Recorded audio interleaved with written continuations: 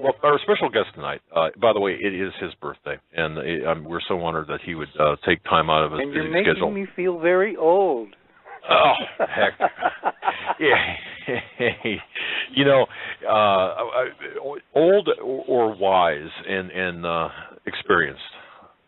I think it's probably the latter. You are to be congratulated. But ladies and gentlemen, if you don't know who this gentleman is, this is Richard C. Hoagland. He's a former NASA consultant and science advisor to CBS News and to Walter Cronkite. What Mr. Hoagland has for us tonight is incredible. His research has borne fruit. Now, before I bring him on, let me just say this. We talk all the time about the New World Order, about the Illuminati, about the plans, the big picture. If you read Sun Tzu, The Art of War, and this is relevant to tonight, folks. Sun Tzu, The Art of War. If your enemy is secure at all points, be prepared for him. If he's superior in strength, evade him. If your opponent is temperamental, seek to irritate him. Now, folks, remember these words as the program unfolds tonight. Pretend to be weak, that he may grow arrogant. If he's taking his ease, give him no rest. If his forces are united, separate them. If sovereign and subject are in accord, put division between them. Attack him where he is unprepared. Appear where you are not expected. Now, folks, please remember that. Also, remember all of the programs that we've done here this year, last year, and in the context of our guest, what he's about to reveal and present on this program. He's already revealed this on Coast to Coast, and also Dr. Robin Falkow's program as well. But what he's about to talk about tonight, I think, is critical, and is Mr. Hoagland's 4+ decades of experience. His research has been vindicated by recent events, and we'll let him explain it to you. But with that, Mr. Hoagland, thank you so much for joining us tonight. Well, Doug, I don't know quite what to say after that intro. Thank you. Thank you so much. And I'm going to address, one of you is Doug and the other is Joe, right? That's correct. The young pup is Joe. I'm Doug. And, and I'm everybody. Yeah, I'm the verbose one. So, okay. All right. So. Well, all right. You actually mentioned it in your intro. This is a big picture conversation. In fact, you can't get much bigger than this.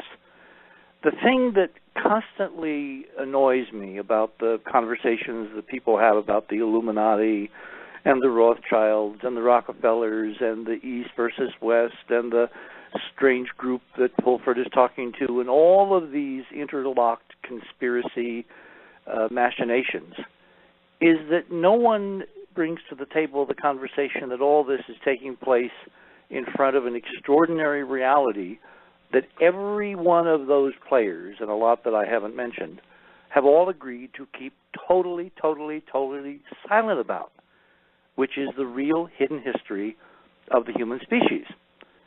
For the last, 30-some years, it doesn't quite seem that long sometimes, and sometimes it seems a lot longer, but for the last 30-some years, I have been quietly looking at imagery, starting with NASA, then moving on to the old Soviet imagery, and then moving on to the new space programs coming out of the Europeans, the Japanese, the Chinese, the Indians. You know, we have a lot of spacefaring nations on this planet tonight, and all of them have had, for some time, the capability to basically blow the doors off the big picture, which is that from those 30 years of studying imagery from NASA, ESA, Japan, China, Russia, etc., I have put together a model as part of our enterprise family, because we have a number of associates who have also been working on this, people like Greg Aaron and many others. The model is that we are living in basically a set of ruins. There was a film many years ago with Katharine Hepburn, I think, called Love Among the Ruins. And in essence, Earth is love among the ruins. When we look out on these images that have been slowly leaking out of these space agencies against the official orders of the guys in charge, we see a developing picture of a stunning, super advanced extraterrestrial civilization that built stuff all over the solar system. And then something happened a long, long time ago, millions, tens of millions of years ago. The closest date that I can put on this solar system-wide catastrophe that changed everything is about 65 million years. Now, if that number is vaguely familiar, that's when the dinosaurs died. That's when the big asteroid supposedly crashed into the Earth and everything changed on the planet. Well, big picture, that's when everything changed in the solar system from a sparkling, vibrant, alive, and electric Type 2 civilization using the so-called Kardashev scale, which Michio Kaku has appropriated on many programs. Kardashev, back in the 60s, working under a brilliant Russian astrophysicist named Shklovsky, proposed there were three basic levels to civilization. Those that would control the energies of their planet, those that would control the energies of their star, and those that could control the energies of their entire galaxy. Now, if you look at some numbers, the steps between Type 1, Type 2, and Type 3 are like 10 to 100 billion. That's a huge set of jumps. According to Sagan, my old friend Carl Sagan, when he was assessing this in public many, many years ago, he said that on the Kardashev scale, we weren't even a Type 1 yet. We were about 0.7, meaning that we controlled energies approximately equivalent to that of a planet, but not quite. And the projections are, from all the mainstream folks, it will take us thousands upon thousands of years to learn all the physics and all the science and all the technologies required to harness those extraordinary, prodigious amounts of energy, as well as the beginnings of a process that would turn it into a nutrient source for a healthy global and ultimately solar system-wide and then galactic civilization. Well, what I've been doing with my colleagues over the last, several decades is pawing through, metaphorically speaking, the evidence on these images that someone came before us in this solar system with this extraordinary power and potential and built and remodeled the solar system into whatever its image was of a place, to live for trillions of people, trillions, not on Earth, but off Earth, on all kinds of other worlds, on Mars, on the moons of Jupiter, the moons of Saturn, maybe even as far in toward the sun as Venus, and maybe even Mercury. We have evidence that there are structures, ancient decaying structures buried in the lava on Mercury, coming from the Mercury mission, the Messenger mission, which was sent up a couple of years ago. The reason I'm going into this backdrop is because what we have now done, or what we have now seen done, is a tipping point in the cover-up of this prodigious, extraordinary history of which the human race is somehow a part. My feeling for a long time has been that against this incredible, splendid backdrop, even in ruins, where we're looking at cities covered with domes that are hundreds, if not 1,000 miles across on, among other places, the moon. When we're looking at entire moonlets that have been reshaped and terraformed is a word which is used about talking in relation to turning, desolate places into habitable Earth-type environments. All of that was done by somebody who came before. And then in some monstrous, extraordinary cataclysm, a catastrophe, it all was washed away. And when I say washed away, I don't mean that literally, because obviously in space there's no, free water and floods. But it was all somehow destroyed in a prodigious cataclysm of unimaginable proportions, which has left nothing but ruined worlds as far as we can see, except for the Earth. The Earth is the only place, the only lifeboat in this sea of desolate and dead derelicts. And when I look at news items of various celestial phenomenon, put out over Yahoo or AOL or the networks for various people, like you're going to see this and this comet come by, or you're going to see this, lunar eclipse, you're going to see this close alignment, opposition, or conjunction. I can't help but think that an awful lot of the objects that are milling around out there in various orbits and, coming and going and visible in various spectacular ways is just the faintest hint, the faintest ghost of the extraordinary splendor of the civilization that actually created and put these things into these orbits, remaking the entire solar system in whatever it was is its image. So what are we all doing here? Well, in the model that, life is very hard to destroy totally, in this huge catastrophe that overwhelmed the solar system about 65 million years ago, in the mainstream model, what that did was clear the dinosaurs away and make room for this little tiny set of, micro rats, these little mammals that eventually evolved up to be primates and then human beings who are looking at the stars and wondering about what's out there and developing very primitive space systems based on rockets and Newton's laws and all that.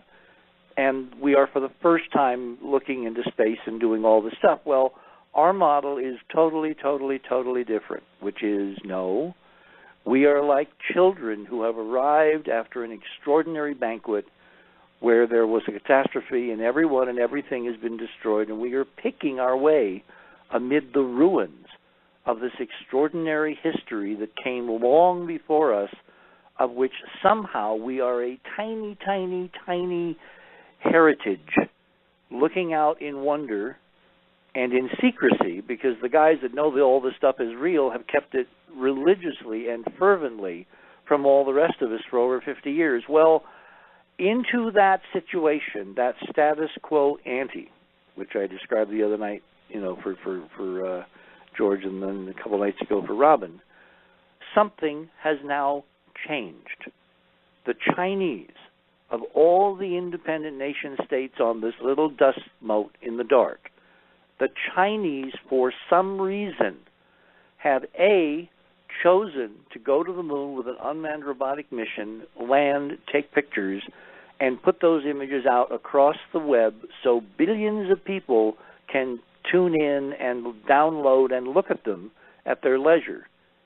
And B, for some reason, they have been permitted by whatever planetary forces really govern this planet, an amalgam of nations, the hidden hand of the Illuminati, or the Rothschilds, or whatever powers have gotten together behind the scenes and agreed that we'll do this, we won't do that, we'll allow this to happen, we won't allow that, we'll allow these people this much freedom but not much more. In other words, whatever cabal is really running the show, for some reason has decided, I believe, based on the evidence we see so far, to let it begin to all hang out. And the proof is in the imagery I reproduced in the paper I published in Enterprise a couple days ago, with the original links to the original Chinese websites. I mean, we're looking at data that comes from no less an authority in China than the People's Liberation Army. Now, you can't get stronger politically in China than the PLA. The PLA is China. So for the first digital image after 50-some years of the Apollo archive being ignored, for the first digital Chinese image to show us unequivocal evidence of stunning, vertical, glittering glass curtains, geometrically spaced, standing upright in bright sunlight, glistening, 10, 20, 30 miles away from where the Chang 3 Chinese lander landed last December. And for that image to come out on an official Chinese Army website, to be followed by many others and all kinds of other evidence, tells me that we have reached a breakpoint in history, a fork in the road where what we do in the next few weeks or months could literally determine the future of every person listening to this show tonight. It is that big, folks. And Mr. Hoagland, that in the wake, the presentation of images, as you say, by the Chinese no less, yep. In the wake of a statement by the Chinese premier about the increased their interest in the increased militarization of space. Just thought I'd throw that in there. Interesting. Yep. Oh, it's all fascinating, and it is. Look, it makes all those shows, those Bond shows, all the imitators, pale by comparison. This is real geopolitical high stakes poker, and nobody visibly yet is admitting what the Chinese have done. But there's been an awful lot of 747s flying around the world carrying heads of state to various meetings, which ostensibly have one reason to exist. And my suspicion is they have other reasons to exist. You had picked up on some interesting, and I don't want to dominate your presentation or interject. No. Well, this is a conversation. Come on, Doug. Okay. Well, I got to tell you, you had picked up on some very interesting, and as you point out, there are no the old saying, there's in politics and in world events there are no such things as coincidences. FDR said it back 30 years, in the 1930s, which was about 70-some years ago. Exactly. There are no such things in politics as coincidence. So when you see this happening, when you see this interesting trail of breadcrumbs being laid out there in a global environment of social media where at the speed of light, any peon, I'm speaking now looking at it from their point of view, can get access to information that would get you killed even just a few years ago. Something big is going on. Something huge is behind all the fuss and fury and nonsense which is going on mainstream news right now, including things that I frankly think of as maybe diversions to keep news people from really understanding what is about to shift us, globally shift us under our feet into an entirely new paradigm. Absolutely. And that's a hallmark, I suppose, of the powers, the globalist powers, is to keep us off kilter and make sure our gaze is affixed somewhere else as opposed to where it should be. But one of the things... go ahead. There's an old Mark Twain saying that I use time and time again, which is, when a steamboat time you steam. I have thought for decades that this moment, disclosure, which is a word which I really don't like, but we'll use it, meaning the unveiling, the apocalypse. Remember, the apocalypse doesn't mean disaster. It means enlightenment. It means knowledge. That the apocalypse would come circa 2012 when the physics of the solar system was right to allow in consciousness this kind of huge leap in understanding who we are, where we came from, and who our great ancestors were, and what we have to do to put it back together again. That you can't do that any old, Thursday. You have to wait for the universe literally to manifest the right energies, the right frequencies, the right background environment, talking in terms of HD physics, that would allow this political and consciousness transformation to proceed on this planet of primitives in a more or less stable fashion. And, then there's the Gallo cliche that I always quote, which is make no wine before it's time. My feeling is that we have been managed toward this moment, not by people who, A, want to get rid of us and want to kill off 7 billion people and all that crap, which is wonderful, exquisite distraction, is it not? It makes you think of the managers as your enemies as opposed to quietly managing for success. But the very fact that these images have been allowed to be out there now for months, and one of the reasons I didn't publish right away is I wanted to see if there was an interstitial fight going on within the Chinese hierarchy that, like our guys, we have over here what Mike Mara and I, who wrote Dark Mission with me, call roosters and owls, which is a term that came directly from Chris, what's his name, the guy who did X-Files, Chris Carter. The roosters are the in-group that want to crow about stuff, want to make it known, and the owls are the guys that never want to give us the time of day or never tell us the truth and never reveal anything. So there's been this tension, this duality in the West, in the NASA program, for instance, between those folks who've been slipping Easter eggs into the data since Neil and Buzz landed on the moon. And I found a lot of them, and Obviously, there's tons more to find because there's been a very small effort and a very small amount of money devoted to this investigation over the last several decades. In opposition to the roosters, the guys that want to crow and make the truth known, you have the owls. And I think Carter took these two animal, memes from the big owl that's in the middle of the Muir Woods as part of the Bohemian Grove ceremonies.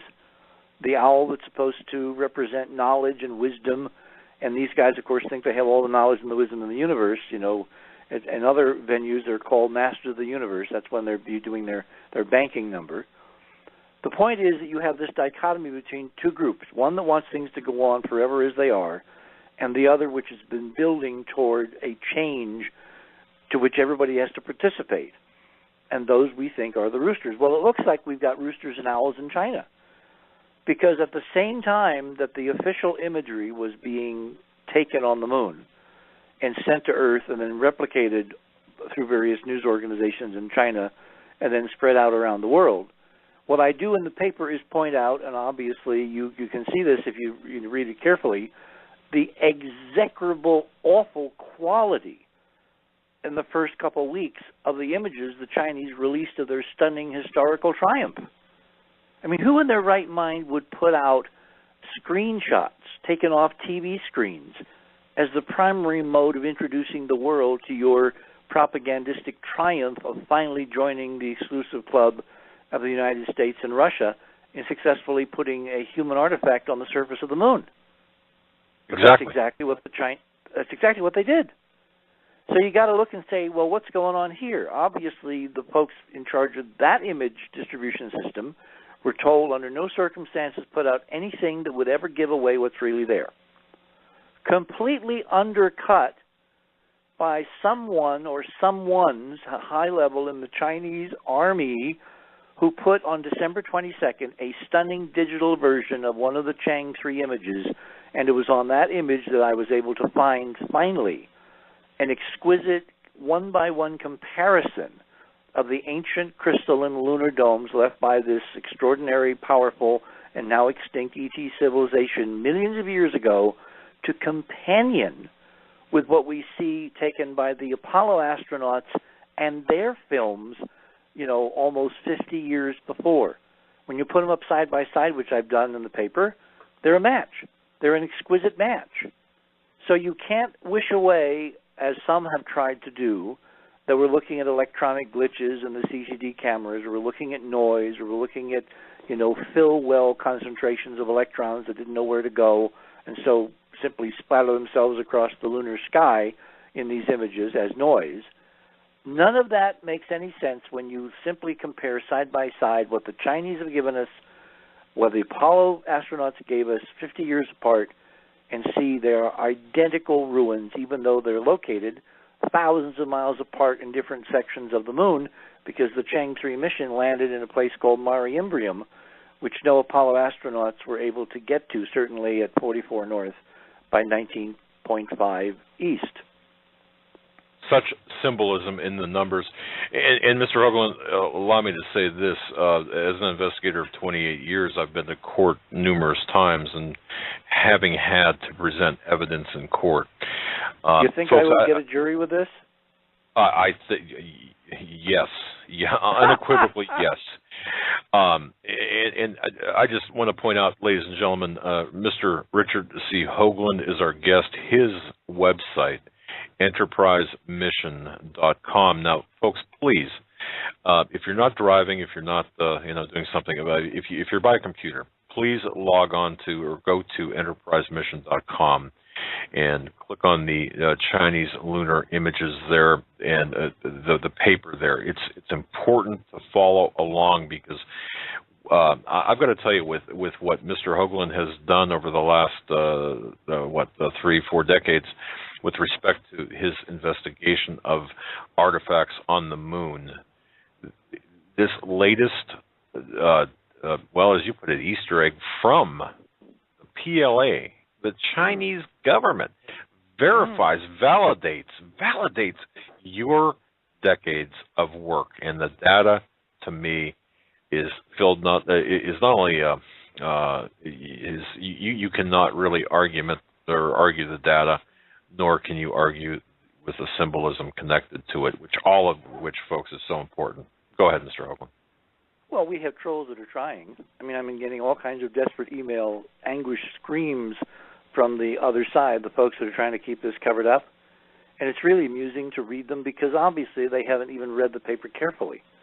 They don't know that all these questions they're posing, like could it be noise in the CCD, are amply answered by simply referring to the geometry visible in the Chinese images and compare it one-to-one with the geometry in the Apollo images. Now why is that dispositive, to use a legal term? Because the Chinese images are 21st century CCD electronic cameras, the same that you've got in your smartphones and that you use in, your dedicated, cameras. No more, paper, no more emulsions. You're using basically electronics. The images taken by the Apollo astronauts 50-some years ago were on film. They were primitive. They were archaic compared to the Chinese technology. Yet the totally two separate technologies are showing us the same damn thing. Ergo, the thing has to be real, imaged by two separate modalities taking the pictures. So all the critics who say we're looking at noise, they haven't a clue what they're talking about, because noise does not resonantly produce the same geometry spaced almost half a century apart on two radically different sections of the moon. Yes, that's correct. And it also, I'm sure it's a thorn in the side of those people who have argued that there's no way that we could have, landed on the moon. So, you've got there you have now tripped over the next big thing about this. Because what the Chinese have done, remember, we're talking about the Chinese Communist government.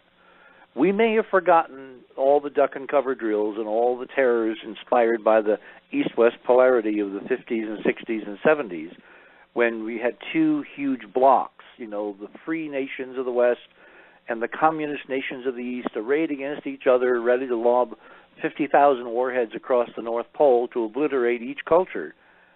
But I'm old enough, given your intro, to remember duck and cover. And what is stunning to me is what the Chinese have done is to basically affirm, from a totally antagonistic governmental political perspective, that the West, the United States, did indeed land humans first on the moon 47 years ago, I think now, and took photographs of ancient ruins that were then quietly spread around through the culture, and some of them now are being archived on NASA's official sites, which means the Chinese, that antagonistic government, communist government to the so-called freedoms we enjoy in the West, has vindicated NASA's triumphant conquering of the moon, securing of this evidence, and then its censorship for 50 succeeding years. So in one stroke, they have vindicated, and they have basically accused NASA of the most extraordinary cover-up in human history. The never a straight answer agency, and we know of course, the symbolism that is steeped in NASA, and of course, this dare I say, this Masonic-like club that exists within NASA, and of course, there are a lot of fine individuals that are part of NASA, but at the higher levels, there is something else going on. But I just find it amazing, the timing, and in addition to you being vindicated from your research, years of research of pointing out there are structures on the moon. Now we're looking, if I understand you correctly, and I've read the paper, and folks, please, enterprisemission.com, download the paper and click through the links. It's imperative that you do that. Don't just look at the pictures. And we've Mr. Hoagland, I got to tell you, I love our audience. We've got a pretty large, robust audience. But one thing about them is they are very intelligent. They're cut above the normal audience, a big cut above the normal audience, and they can discern. They're just great in terms of really comprehending things. So this is why your broadcast tonight, in my view, is so important, because you're going to be connecting some dots that people have provided us over the last several months. Now you're going to be connecting them, because we're in a high-stakes game of international poker here, I believe, with China at the forefront. So go ahead and continue, sir. Well, I wanted to give people the geopolitical background, because if you don't understand the stage in which this play is being, acted upon, you won't understand what the stakes are and what the implications are and where we have to go. Because the last thing I want to see, and I'll say this right up front, is another space race. The Russians the other day published a very strange article out of RT, which is the one of the official Russian news agencies. And they basically claimed in this piece that the Russian Roscosmos, which is their equivalent of NASA, want to annex the moon. I mean, that was the exact term used, annex the moon to Russia. I mean, Putin has annexed the Crimea and is looking hungrily at the Ukraine, and now he wants to annex the moon? Well, obviously this has got to be code. The timing of this, in the midst of the terrestrial hoo-ha about, the Ukraine and what is Putin's objectives and all that, I almost think is carefully staged diversion to keep news people from really grappling with what the Chinese have done until it's too late to basically spoil the story, to spoil the developments that are going on behind the scenes. Like, for instance, I'll give you an example of more interesting weirdness that comes out of this. Months after the Chinese landing and the release of these images, and again, the Chinese have not held a press conference where they say officially, we found on the moon ancient artificial ruins built by somebody. No, they haven't done that. They've simply put the images out there, and if you don't know enough how to deal with them, how to handle them digitally, which we describe in the paper in great detail, you simply take these images into a program like Photoshop or PaintShop Pro or whatever, and you equalize them. And what that does is instruct the computer to make the lights darker and the darks lighter so that you get some kind of mid-range.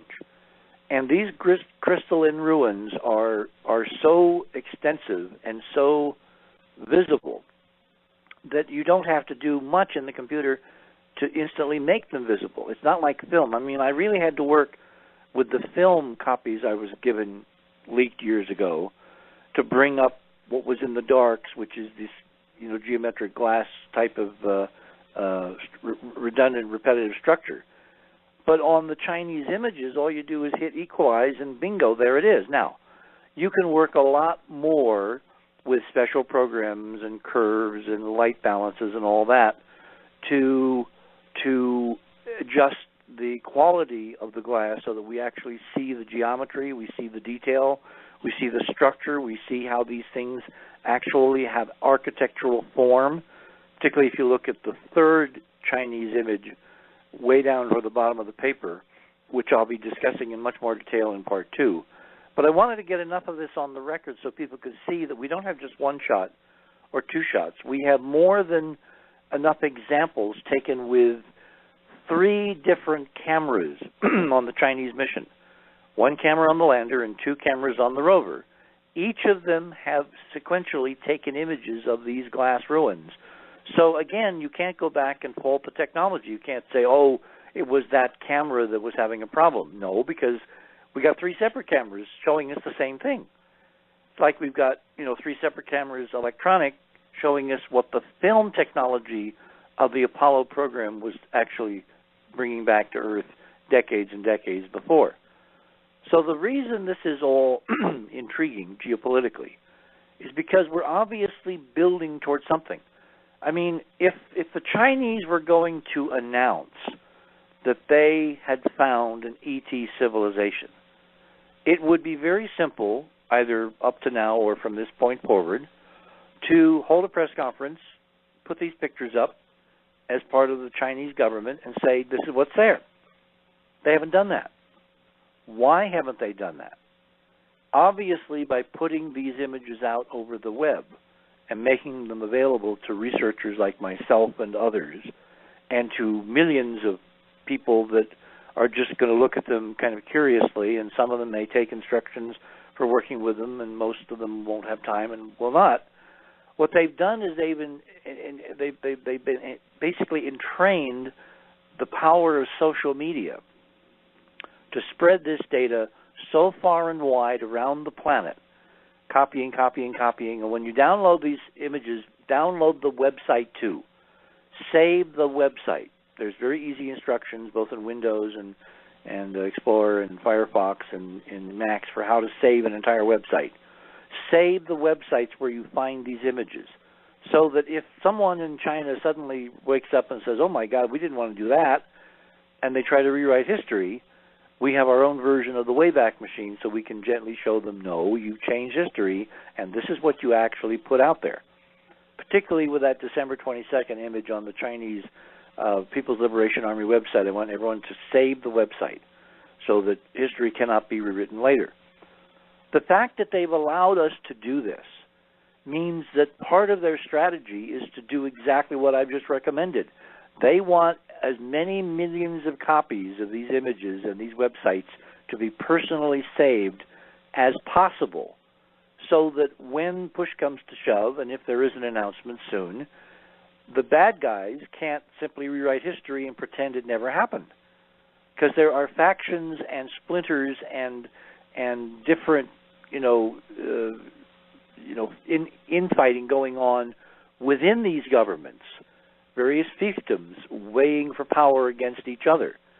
So what I see here is a very brilliant Chinese strategy by some group, some faction in China, in the government, to basically get the data out there first, to get it copied by as many millions of people as will see it and download it, egged on by folks like me. And then the next phase will come when there is some kind of public discussion of what these Chinese images and other data really mean. While that's been going on, in parallel, what we have seen is a pattern of geopolitical visitations between the West and China and the Vatican, which I think is very, very appropriate to the level of discussion that ultimately has to take place around all this, which is, what are the religious implications? Because this does not come without huge, huge religious implications. To give you an example of this coincidence of timing, at the same time that Michelle Obama, the First Lady of the United States of America and the wife of the President of the United States, took her two daughters to China on a social, cultural trip, the President was going in the opposite direction several weeks ago, and he wound up in the Vatican, meeting with Pope Francis. Now, it's interesting that the press around Michelle's trip said it was not, affairs of state at all. It was totally cultural. She was going to hang out with the First Lady of China. They were going to visit schools, museums, some historical centers, archaeological centers. They made their obligatory visit to the Great Wall, of course. But she was not going to be meeting with the president, the political, senior figure in the Chinese hierarchy. And then suddenly, the first day she gets to China, the president of China appears, and they both go into a room together, quietly. Now, question. Did she carry a note from Obama to the president of China vis-a-vis all this? Or was she there as an emissary to make darn sure that that note handed to her by the Chinese president got back to Obama in the White House at the end of this several-week period in an unscathed and untouched and unchanged fashion, but with total security, so that nobody outside of those three people would even know what the discussion was all about? Meanwhile, in Vatican City, the president is meeting with the Pope, and as is customary in these cultural and ritual exchanges, they each had made up gifts for each other. The Pope, I guess, had some medals struck that were given to the president, and the president, in turn, had a small little wooden box made from timbers from the first Catholic cathedral in the United States a couple of hundred years ago in Baltimore. And in the box there were little velvet packages containing, according to Obama, on live television as he handed the package to the Pope, seeds, vegetable seeds of various species and varieties. And what was extraordinarily resonant to me, I mean, imagine how many vegetables there are on the earth. Got any idea, Doug? How many different varieties of edible vegetables there are? I'd say at least a dozen. I'm just kidding. At least, yes. There's actually hundreds. All right? There's hundreds. Okay. All right. Okay. Now, before I get to the punchline of the Pope President story, I need to give you one more data point. The Chinese have named their unmanned lander after the Chinese goddess of the moon, Chang. And if you read up, which you can do by going on the links that I put in the paper, the voluminous, literary efforts built around Chang and her scenario, her soap opera, how she got to the moon, how she became a goddess, et cetera, et cetera, et cetera. You'll notice in part of those stories there is a great discussion about her pet jade rabbit that she took with her. So in Chinese mythology, Chang, the moon goddess, lives on the moon in the moon palace, a crystalline moon palace. That sounds kind of interesting. With a jade rabbit. And what does the rabbit do all day? He's making up elixirs of immortality. In other words, he's doing advanced biology for how to keep Chang immortal if she ever someday comes back to Earth. Lots of multi-level loaded mythology and codes in that little story.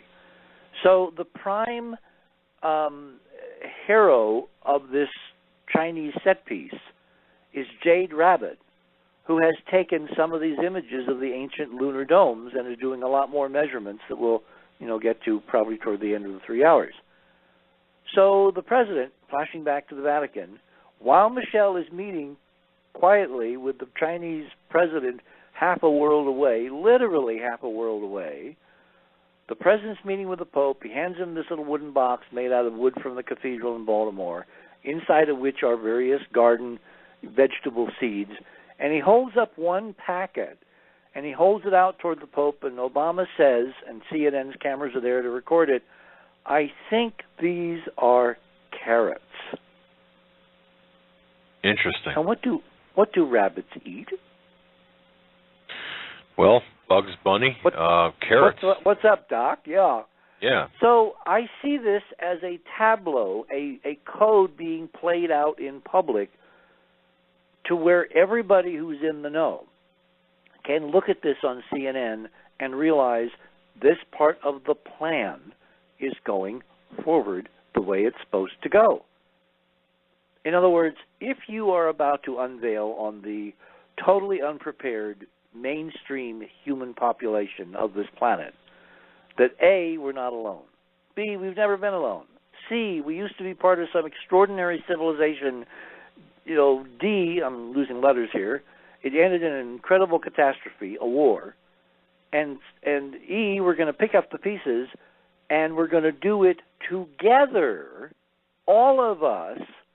How would you go about preparing the planet for that kind of stunning shift in history? Very, very carefully. Indeed. And we know, just from history, and Mr. Hoagland, you're talking to a guy who had listened to you long ago, and hearing you explain the codes, the careful presentation of messages, perhaps wrapped up in things like commercials. I'm still going into Old Navy stores, by the way, and looking. Anyway, that's a story for another day. But you make a very good point here, because isn't this interesting how these messages are conveyed in very methodically, very carefully? Go ahead, sir. Well, I just find it fascinating that this is all going on in public. Remember, given that they, and we all know who they are, at least amorphously, control everything, if they wanted all this to be done in secret, with only the handful of people, decision makers, power mongers, or power brokers, whatever you want to call them, making the decisions and moving the chess pieces and entering into the next stage of all this. It could all be done totally in secret. We wouldn't have a clue. We wouldn't have any telltale images leaked out there. We wouldn't have any, codes being uttered on CNN that had to be translated. And for God's sake, they would not have landed their spacecraft at 19.5 degrees, which is a ringing, huge, enormously redundant clarion call that the physics we've been looking at is real. It is what is going to determine the future of civilization.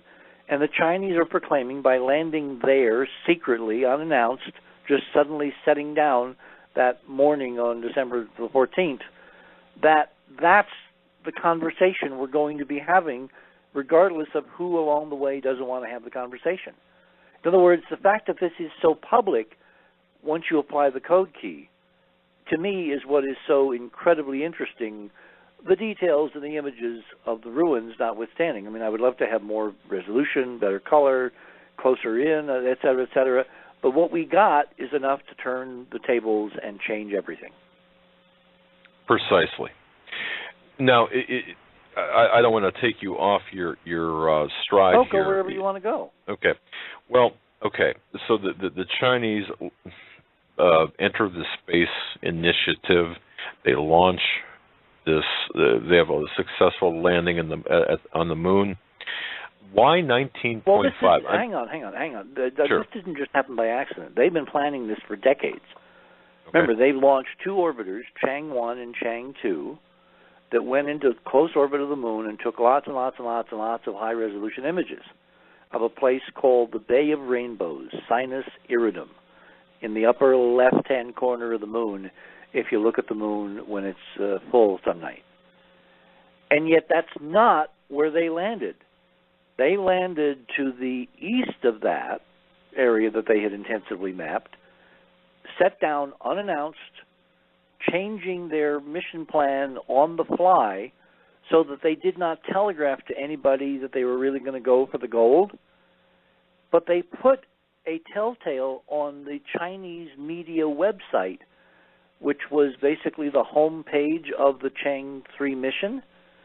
They put two tetrahedra on their website months before the launch, which was a giveaway to somebody in the know that this is what they were planning. And I described the background of that in the papers, so you don't have to remember it. The point is, this is not something somebody just thought up 3 days ago. This is part of a very careful, long-term strategy, I believe, to basically disclose who we are to who we are, and in the not-too-distant future. I'm looking maybe at months, maybe a year, certainly not another decade, and it's all going to happen, I think, because of the way the physics works and the rituals that we've decoded have worked between now and the election of 2016 in terms of the United States. So the fall of 2016, I think, is going to be when this really comes to a head, and we'll be in the middle of a presidential election, and won't that be interesting to see how various candidates sort out something which is not even on their radar, except maybe for one. There's one potential candidate who has a background equal to tackling this, because that candidate has been prepared in meetings going back decades that I and others have documented. And I'll give you three guesses who that candidate is. Ross Perot. No, I'm kidding around. Would it be Hillary Rodham Clinton, perhaps? It's Hillary Rodham Clinton, yes. Yes. Because both she and Bill, courtesy of Lawrence Rockefeller, had lots and lots and lots of briefings at the ranch, at Rockefeller's ranch in Wyoming, before Bill even ran for the presidency. And there's a guy named Cameron, who you may or may not know, who has tracked very carefully the role of various presidents and presidential administrations in the so-called cover-up and disclosure controversy. You know, discussing mainly the UFO thing, which I frankly think is somewhat of a blind alley. I think there's an awful lot of manipulation in the UFO field that will allow us to never come to a straight answer. That's the beauty of ruins. Ruins stand still. Ruins contain libraries. Ruins contain technology. Ruins contain machine. Ruins contain secrets that you don't have to depend on someone telling you the truth. You just have to do your analysis correctly, and that will tell you the truth. Who they were, how old they were, our relationship to them. I mean, the stunning breakthroughs available in one library, accessible if the Chinese can find it and bring it back to Earth, in the form of crystalline technology or something like chips or, kind of a second cousin to the stuff that we use to store information. There's only so many limited ways to store information in the universe, so that we're going to find it and we'll decode it and we'll translate it. And can you imagine someday seeing video from this civilization when it was brand new and those star scrapers were extending up 20, 30, 40 miles above the moon's surface? Wow. Yeah. It would be difficult to really comprehend what you're saying. But look at the pictures. Wow. Well, exactly. Just so our audience, everybody's kind of up to speed here, folks. Mr. Hoagland, of course, if you go to enterprisemission.com, I recommend doing that. Certainly, look at it's right on the top of the site. Go in and study the paper on the Chinese moon landing. Yeah, there's a banner at the top of Enterprise called "What Did the Chinese Really Discover on the Moon?" Click on that banner, which is an actual photograph leaked by the Chinese of these stunning glass-like skyscrapers arrayed all along the northeast horizon from the Chang landing site. And you simply click on that banner and it takes you to the paper. And then you read, and you look at the links, and you think about it a lot. And you go back and you read some more, and you look at more links. This is big. This is huge. This is a breakthrough in the 30-plus years of this investigation. And just to be clear, folks, when I said that to me, and looking at this from an investigative perspective, this really is vindication of Mr. Hoagland's assertions for the last, at least for the last 15 years I've been following him, maybe 20, that there are artificial structures on the moon. And now, one of the questions that I'm sure people have, for example, and this is probably because of not really understanding the physics of things. Why glass? I mean, of all things, why glass? Well, for one thing, glass makes up the majority of the surface composition of most terrestrial planets. Silicon and oxygen in combination produce glass, right? Silicon dioxide. The percentage of silicon and oxygen in the Earth's crust and in the moon's crust is overwhelming. So if you're going to build something, you want to use the material which is most available. Now, it turns out that glass has other properties in a vacuum that is extremely beneficial. If you dope it correctly, if you alloy it correctly with other materials like metals, you can get glasses that fluoresce, glasses that screen ultraviolet, glasses that limit the amount of radiation that you would, experience if you were inside them. If you make it properly, there are certain kinds of glass that I have been sniffing around in the DARPA community and getting nothing but turndowns, very cold turndowns for a decade or more, that literally would be self-healing. In other words, you punch a hole in the glass, and like a biological system, the wound actually closes around the hole, the rupture, automatically. And this is a combination of the material science of glass and an application, a judicious application of some of the physics that we have been discussing, the HD torsion field physics. The point is that to have something which is still there after millions and millions and millions of years under micrometeorite bombardment, because the moon's surface is basically nakedly exposed to space.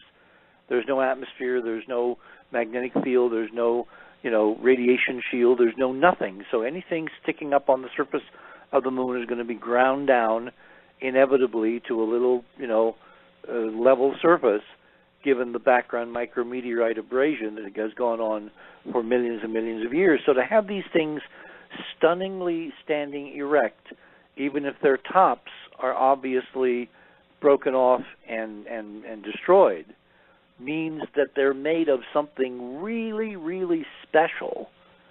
And the material science alone, if we or the Chinese or the Russians or anybody could go and bring back a chunk of this stuff and analyze it in a laboratory, who knows what kind of extraordinary technological developments would come from simply analyzing a piece of these ancient crystalline domes.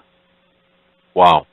That's an incredible thought, or indeed. Now, you had mentioned, so material of course, science is where most advances in science and engineering come from. We're right. not really any smarter than our ancestors, but the reason that we can go from here to Sydney in less than 24 hours is because heat-resistant steels and alloys, in jet engines that allow you to have, a continuous several thousand-degree flame for hours and hours and hours in a jet engine to push you halfway around the planet in an airplane. Without those materials advances, you would not be going to and from Australia except by boat. And remember, it was a materials flaw that sank the Titanic. Remember, they used the wrong steel and it got brittle and cold when it was exposed to the water with icebergs in it. And it was the brutality, the brittleness of the steel that sank the Titanic, not actually the iceberg. And on and on and on and on. Yeah, exactly. Yeah. Because they didn't have the right materials to build it with. Well, what's waiting for us on the moon is every possible materials advance, energy advance, biological advance that you can possibly imagine. And somewhere it's replicated in multiple libraries, probably distributed much like our own internet, because that's the only way a civilization can, keep alive. Beyond a certain point, it has to replicate parts of itself over and over and over again, so that if it's destroyed, it can rebuild from what's left.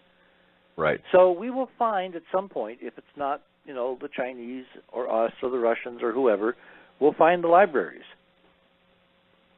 Interesting. Mr. Hoagland, we're at the top of the hour. Hold that thought. We're going to be taking a break here for the next, about 4.5 minutes. Our very special guest tonight on the Hagmann and Hagmann Report is Mr. Richard C. Hoagland, enterprisemission.com. That's enterprisemission.com. And welcome back, ladies and gentlemen, to hour number 2 of this Friday, April 25th edition of the Hagmann and Hagmann Report. We're joined by our very special guest, Mr. Richard C. Hoagland. His website is enterprisemission.com. And one thing my father reminded me and cued me to say was, the lie is different at every level. Absolutely. Mr. Hoagland, glad to have you back on this side of the break. By the way, why did you start calling me Richard, Doug? Well, all right, Richard. Thank you. Thank you so much. You're quite welcome. Thanks for the ability to be informal with you. I really, I do. I feel like I know you. I've seen you in on the various YouTube presentations. I've listened to you for so long. I really feel like I know both you and Robin actually. But like I said, you still have me going with 19.5 and what a fantastic presentation back then with Art Bell. And when you were talking with Art Bell, I mean, you've been talking about structures on the moon now for decades. So this is so incredible that we've got verification from the actual Chinese military website, for crying out loud. Huh.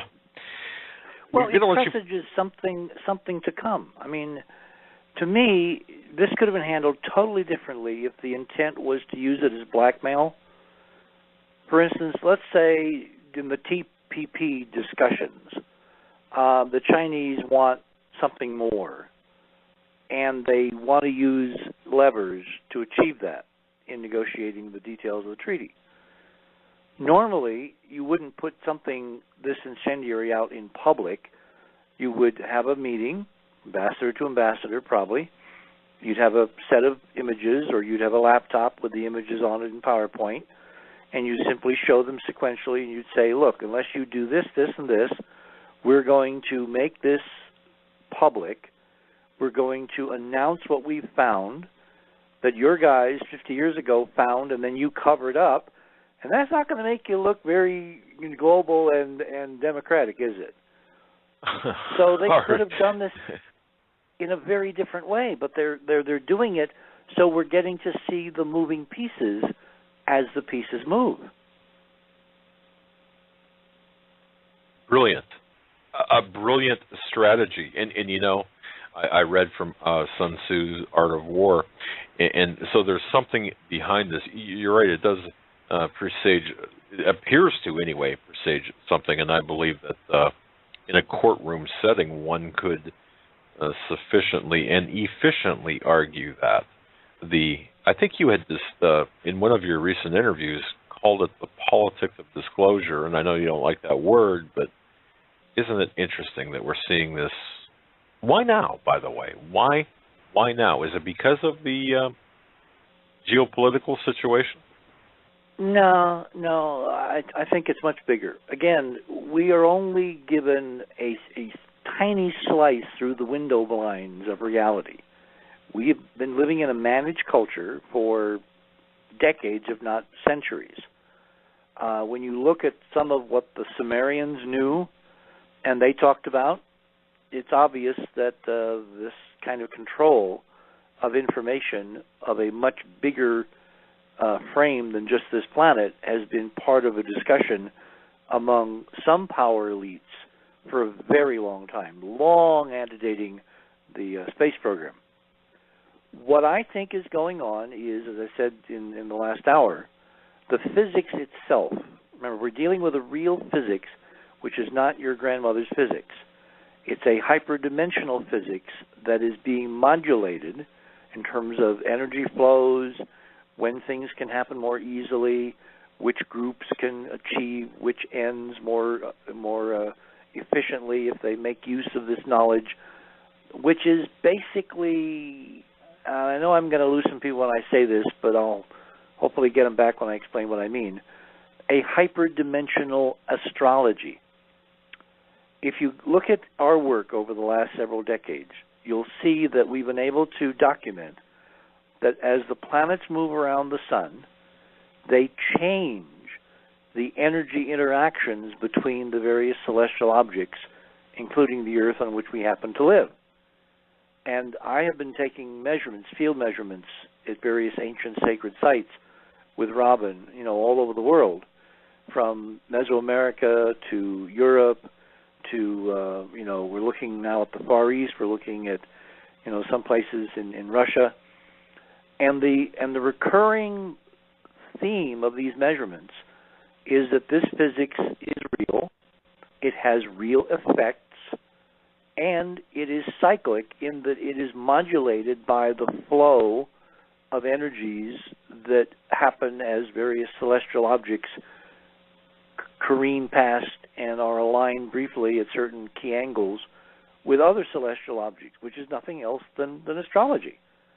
This is the missing component from the astrological, the stars and the heavens, influence the destiny of human beings on Earth model.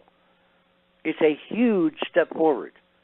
Now, if you know that that's a real physics, and you know that consciousness and culture and civilization can be, shall we say, managed to work certain ends more efficiently at certain times, given the confluence of the celestial arrangement of objects overhead that are aligning in a certain way that basically will allow energy to flow in a more efficient manner, would not you architect a huge geopolitical change on this planet in consonance with those cyclic, scientifically reproducible HD torsion field patterns?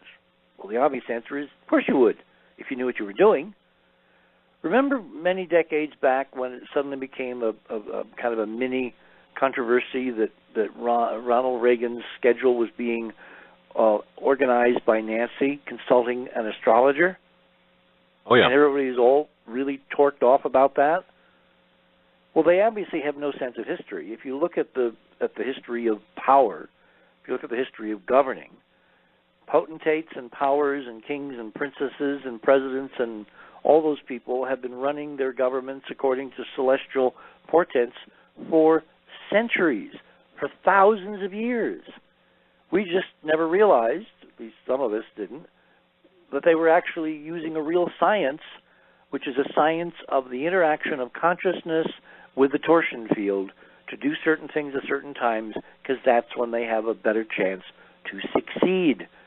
So bottom line to your question, I think this is coming out now because the physics is going to make the objective of making it public succeed better now than at any other time, perhaps for the last 26,000 years, one full precessional cycle away. Gives new meaning to the words, when if the planets align just right. I suppose. Yeah. So that there is some. Well, so what you measure it.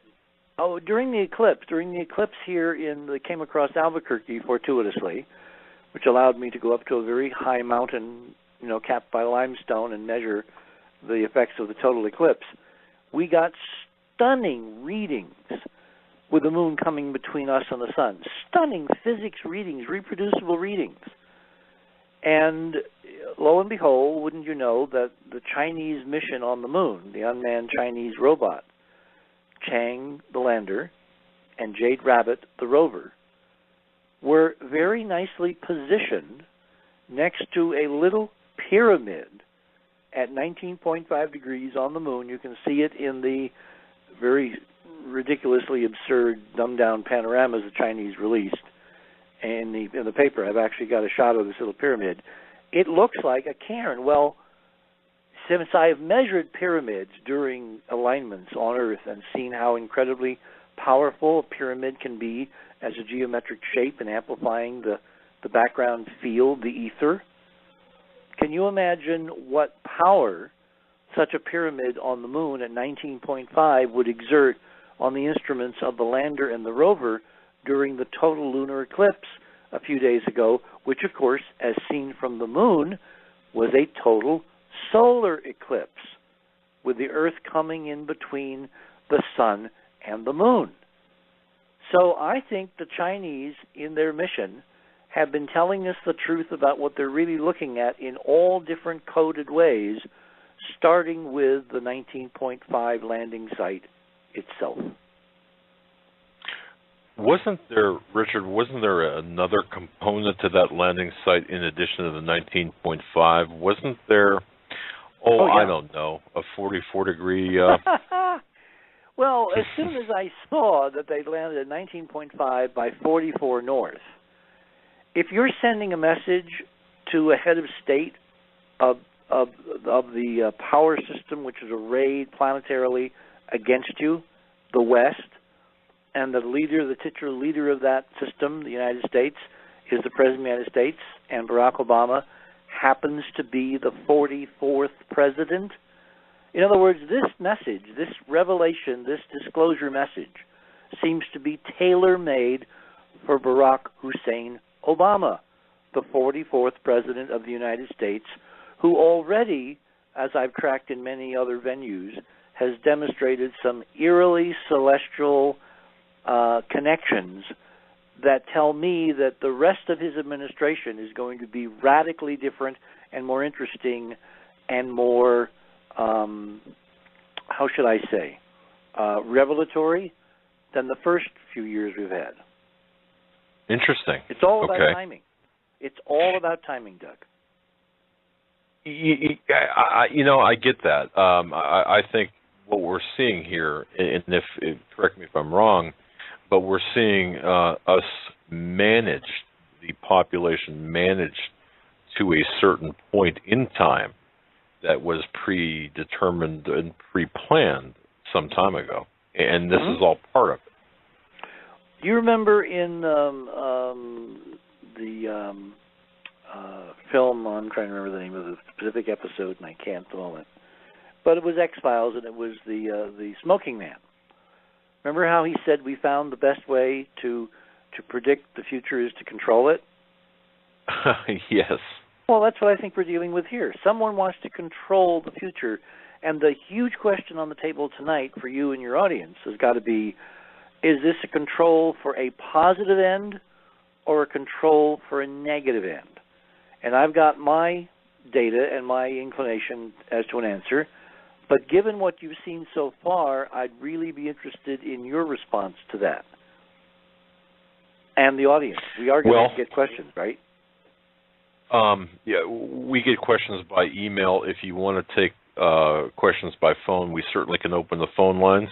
Well, we could do both. You know, we got 3 hours. We can do both. And what I'd like to do is save, as opposed to saving all the questions for the end, why don't we start sprinkling them through? Because I'm sure people right now have a huge number of questions, and rather than let people, you know, kind of forget what went before, let's jump on it right now and then sprinkle them through the rest of the conversation. All right. That's very gracious of you, and that sounds good. Folks, line up. The phone number is 661-244-9839. This is your chance to ask a question of Richard C. Hoagland. Please be on topic. And also when you call in, please make sure your radio is turned down, your computer is turned down, so we don't get the feedback as well. And I just want to remind people once again, Richard C. Hoagland's website, enterprisemission.com. Click on the top banner with respect to the Chinese. What did the Chinese find? And, of course, we're talking about structures on the moon. So, you know, line up right away to get your chance to talk with Mr. Hoagland. Now, one thing that I found interesting, as the calls are going to be coming in here shortly, one thing I found interesting is you've got a glass structure, and I heard your previous interviews, and sometimes I think, well, you know, the audience has heard your previous interviews. What kind of structures? I mean, are we talking about the small ones, big ones, tall ones, fat ones, and well, the again, other part? looking at the images, the biggest structure seems to be a multi-leveled, intricately architecturally engineered array that I would loosely call a dome. Although when you think of a dome in science fiction parlance, you usually think of an inverted salad bowl, you know, turned upside down with people living under it. But in fact, a really living arcology on the moon, which is a term that I borrowed from Paolo Soleri from the 1960s, which basically is an entire city englobed in architecture. So you could imagine New York or Los Angeles or Rome or Moscow in a, you know, structure that was enclosed against the outside environment. On the moon, such an environment is essential because the moon's gravity is so small that unless you have some kind of a lid, a dome, a structure with volume, the air simply leaks away. Now, it doesn't leak away all that fast. The moon actually, if you were to give the moon an atmosphere, if I remember my numbers correctly, it wouldn't leak away to the point where you couldn't breathe anymore for something like 2,000 years. Now, 2,000 years sounds like a long time, right? But in the history of a technological civilization, it's a blink of an eye. So obviously, as opposed to terraforming the moon, that is making it, you know, like Earth, where you could walk around outside without any lid, without any domes, without any glass, for a variety of reasons, the architects chose to build very complex mega structures, and we're talking miles high and hundreds or thousands of miles wide, you know, being covered on the surface. And on the side we can see, the near side of the moon, those ancient cities under their domes, which I think corresponds to the dark seas, the so-called Maria, have all been destroyed. And all we're looking at now are remnants of ghostly glass, which has so many interlocking connections that even whatever energies destroyed most of the foundations and the structures on the surface have left huge amounts of material in the sky, like gridwork, like girders, like glass architectural engineering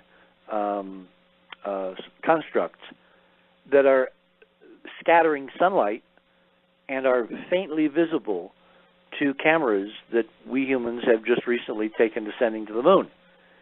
The amount of lunar landscape that had been terraformed, that had been modified, which had been, shall we say, created to allow civilizations to exist, people to exist in structures and malls and all the usual things we think of when we think of modern civilization.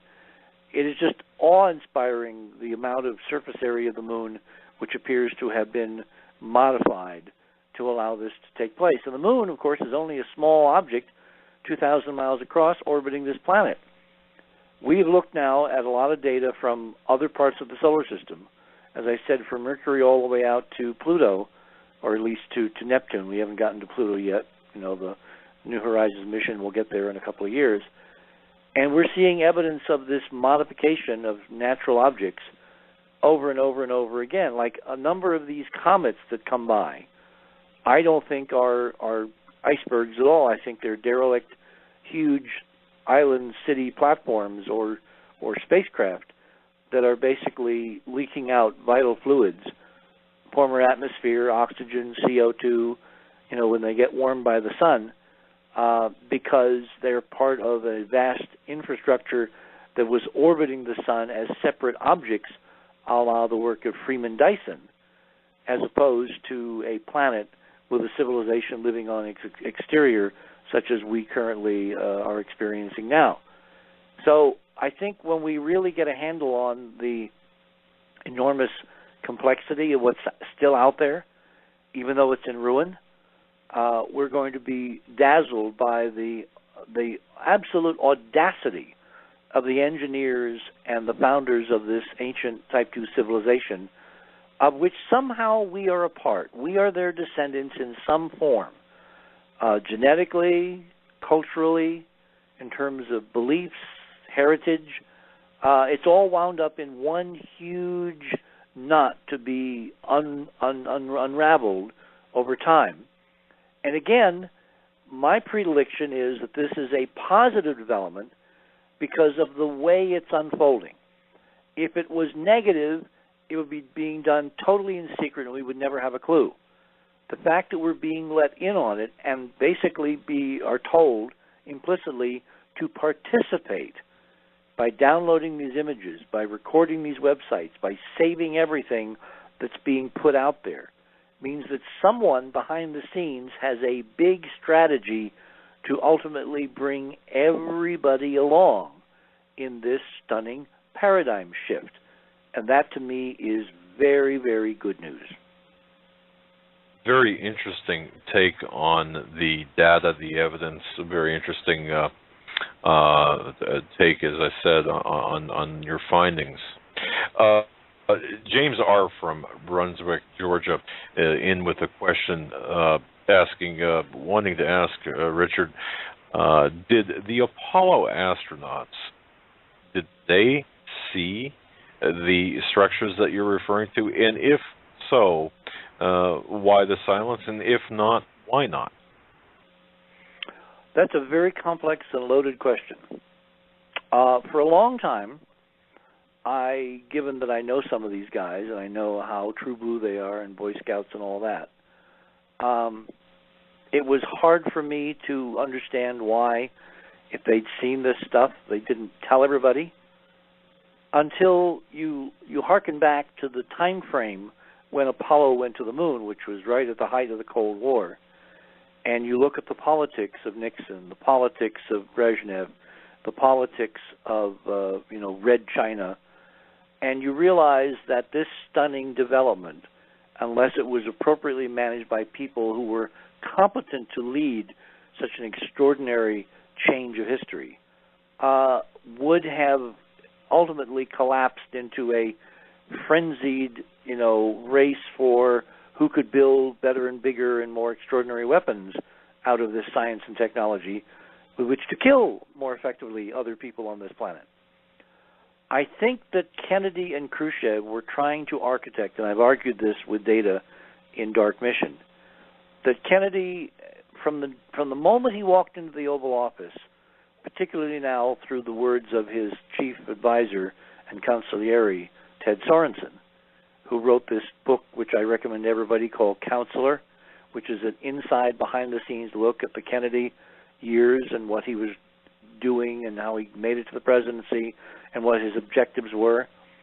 I believe, based on the record, that Kennedy, A, knew what was there, B, authorized Apollo to go get it and bring it home, and C, in the last days of his life, had managed to convince Khrushchev to go along with it and go to the moon together in a united expedition, Russians and Americans, that would have shared the wealth, shared the extraordinary science and technology and materials and God knows what is just waiting for all of us there.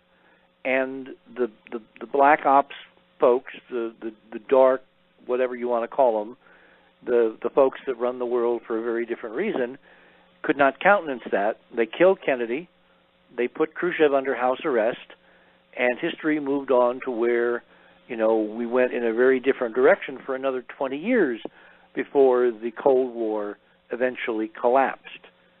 Now, one can argue that maybe Kennedy was premature, that he was trying to do something that the physics, literally the physics of consciousness, if my earlier statements are correct, would not have allowed to take place, that he, basically gotten the bit in his mouth and he decided to run away with the train as opposed to waiting the appropriate time to where the background of the solar system would allow the political and consciousness transformation this is going to require to succeed beyond what it would have in the 1960s.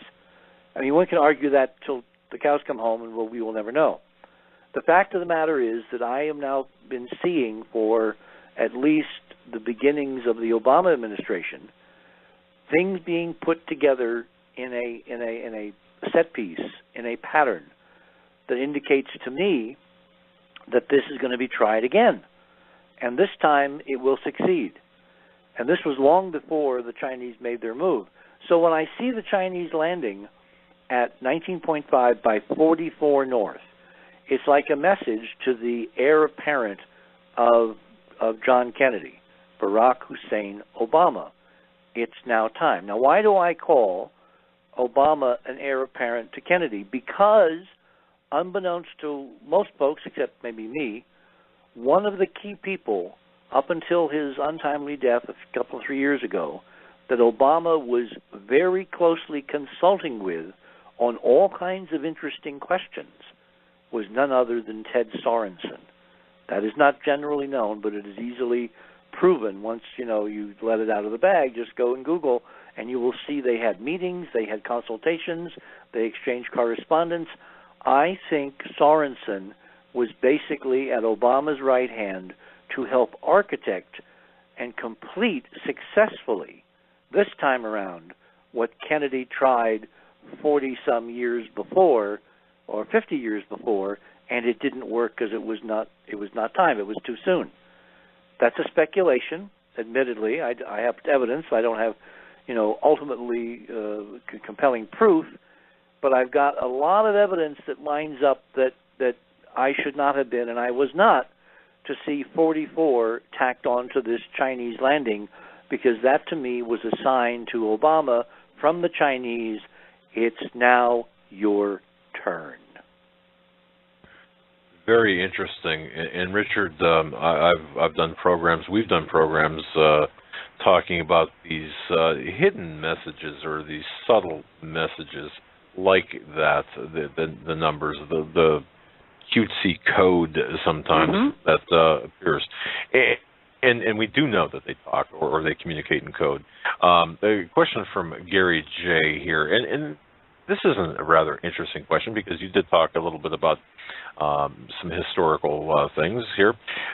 He writes this: my question for Mr. Hoagland is, what information did the Third Reich ever find out, if anything, about the moon specifically, and or space in general?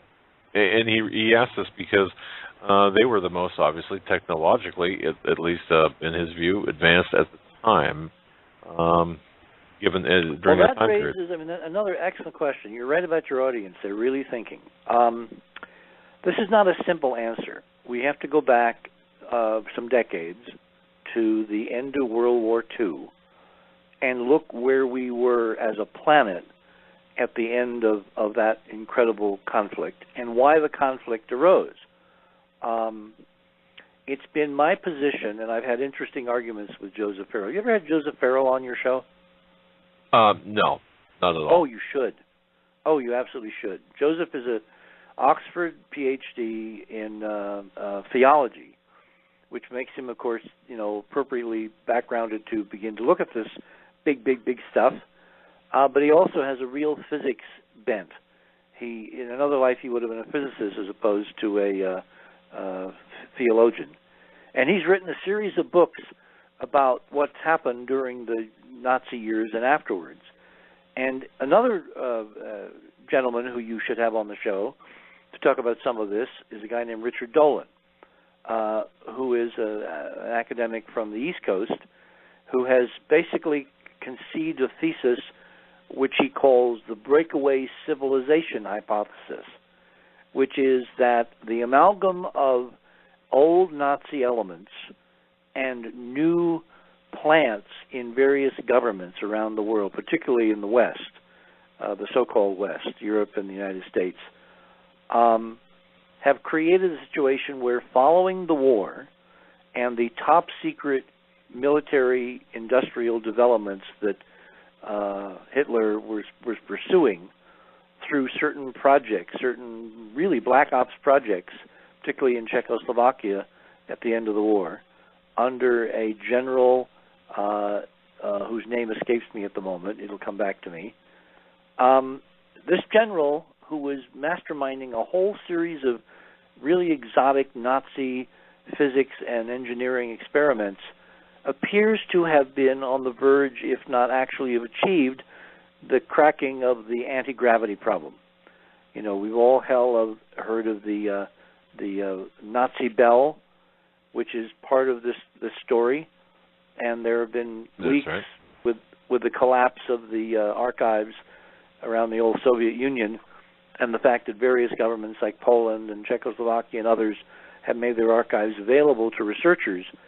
Farrell, through his companions in Eastern Europe, have been able to document an extraordinary series of very advanced R&D projects that was spearheaded by Himmler and Hitler in the bowels of the Nazi research effort, which not only was looking at mastering a level of physics that makes current technology look trivial by comparison. I mean, a torsion field weapon compared to an H-bomb, a torsion field weapon wins every time, because a torsion field weapon can defuse and make an H-bomb not go off.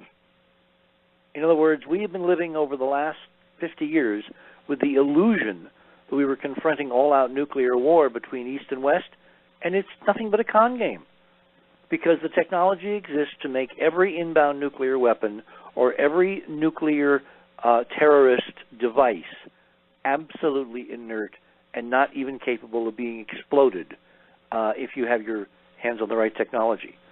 And it turns out that it was the Nazis at the end of the war, through these black ops projects, that were developing precisely this kind of advanced torsion field technology to make nuclear weapons obsolete even before they were invented, which of course raises a whole question of what was going on over the last 40, 50 years vis-a-vis the Cold War, and communists versus free-loving nations in a global potential shootout. Well, obviously it was more of a con game to keep the people managed, to keep them controlled, to keep each side doing what the managers wanted them to do, and not giving them the access to the technologies that would have made them realize that the whole idea of a Cold War and a nuclear confrontation was from the get-go not possible because of what the Nazis had developed. Now, how did the Nazis develop this stunning leap ahead in technology? This is where Farrell and I have interesting conversations, because I look at that period of time in Germany between the 1920s and the 1940s, and I see more fundamental scientific and engineering developments compressed into those few years than any other time in history. That was one of the guys, yeah. I was thinking of General Kalmar. Sporenborg was the guy that was threatened with death, and that's why he leaked everything at his trial. So, getting back to the conversation, Robin just brought me in some notes to take a look at. The idea that the Germans invented this on their own, I find less credible than one of two other possibilities. One is they had access to ancient secret texts. Now, you have already acknowledged that there is an awful lot of ritual coding and code language and mythologies woven together in modern geopolitical history. Am I correct in assuming that? You are correct, sir. Okay. That came from these ancient mystery schools, which preserved information from our own terrestrial history from a time when various cultures have risen, gone through a period of their maturity, and then they vanish from the scene and are replaced by new guys. That information that they amass, that they accumulate, doesn't seem to go away. It seems to get hidden and preserved and is useful and used by succeeding secret groups and societies and organizations embedded in the fabric of the constantly changing visibilities of civilizations that come and go. So I believe that one real possibility is that the Germans, particularly the Nazis, particularly the Abernabi, who were tasked with finding all kinds of ancient sources of information and wisdom, like they went to Tibet and ransacked the Tibetan monks' archives and trekked the 140 mule train of crates back to the Third Reich in Berlin, even before the war. In other words, what did they want from the ancient Tibetans that they thought would be useful in establishing their global super race, a la what Hitler's dream seemed to have been? That ancient history, that buried history, those little bits and pieces of real science and real engineering for doing astonishing things, preserved by cultures that had come and gone before, appeared to be a very major part of the Nazi realpolitik. In other words, they made no bones about the fact that they didn't know everything, but they were going to go and find from those who had and carefully stored it away what they didn't know, and they would fill in the gaps, and they would become the super race by doing all of that. The other possibility, which is not an either-or, it actually goes hand in hand with this, is that members of a real extraterrestrial civilization still remaining from those ancient days have been part of this solar system's history at some low level for a very, very, very long time. In other words, members of the family, not aliens, but ETs, human beings, who were part of this much more ancient civilization and who basically were tasked with overseeing developments, monitoring the developments of the primitive cousins who still live here among the ruins, to see that they don't get into trouble or they don't learn too much too soon, because can you imagine unleashing us primitive idiots into the galaxy armed with torsion field weapons among civilizations that eschew that kind of naked violence and territorial scheming and all the other ridiculous things humans have been known to do? So it would seem that one of these two paths, or maybe both, that the Nazis had access to ancient history, or they had access to folks from off-world who, for whatever reason, basically gave them information they were not supposed to have. Now remember, if we're dealing with human beings, and we're dealing with human beings simply on a scale of millions of years as opposed to a few 100,000, maybe we're dealing with human beings that are human down to their very core, to where they are also, even if they live in a godlike culture, are not free of various vices, wishes, drives, ego, whatever. And a small group decided to play God with the Nazis and give them information and technologies that will allow them to basically control the planet en route to some other objective. Do you remember an old Star Trek written by Gene Roddenberry called Patterns of Force? I can't say that I do. No, sir. Okay. It was one of the early original Star Treks, and a lot of people have, basically ridiculed Gene for even writing it and getting it on the air, but basically the storyline was that the Enterprise crew discovers on a distant planet, on a distant solar system, a culture where one group using Nazi tactics is trying to wield the other opposing group into one civilization, and they've chosen the Nazi model as the most efficient way of doing it. Well, it comes out in the storyline that their culture, their alien culture, has been contaminated by a Federation starship captain who, when he is stranded on this planet, figures that the most efficient way to organize the planet so that they will stay alive and the civilization will develop would be of the Nazi model, feeling that he could pick and choose the positive side from the negative side, and of course the negative side overwhelms him, and that's the lesson in the script that Gene wrote. But I have a feeling, I've had it for many, many years, that given that Roddenberry had access to information that most of us don't have, that he was an insider and that Star Trek was kind of like a tour de force of some of the things we will ultimately discover are real, that Gene was trying to tell us something about the whole Nazi experience that is not as a part of the mainstream history textbooks. Interesting. Not part of the accepted, well, not part of the known narrative. Yeah. So if the Nazis had off-world help from cousins, from human beings, part of this ancient civilization that inhabited the entire solar system until some god-awful war really changed everything.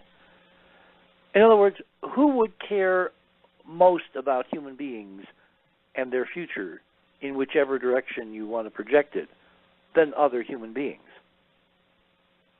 Right? That's, yep. So that's my scenarios. I'm not married to any one of them. I think there's enough evidence to indicate that there are folks flitting around who are not from this world, who have access to technologies that are astonishing and essentially godlike, but who have an uncanny interest in what happens here on Earth. So against that backdrop, you have to ask yourself, if those folks are out there, if they have in fact encouraged a group of Nazis in the 21st century to live separately with their technology that they developed during the war off Earth, some other place in the solar system, maybe Mars, maybe the moon, what are those folks that Dolan calls the breakaway civilization?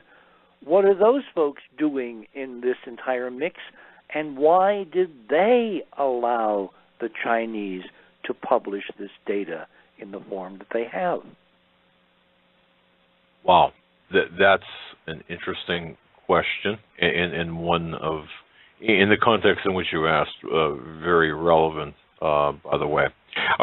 You have a question from Jeff B. here. We'll go to the phones momentarily. I want to thank everyone for holding, but a very interesting question, Richard. The subject line on this question is hyperdimensional physics and God.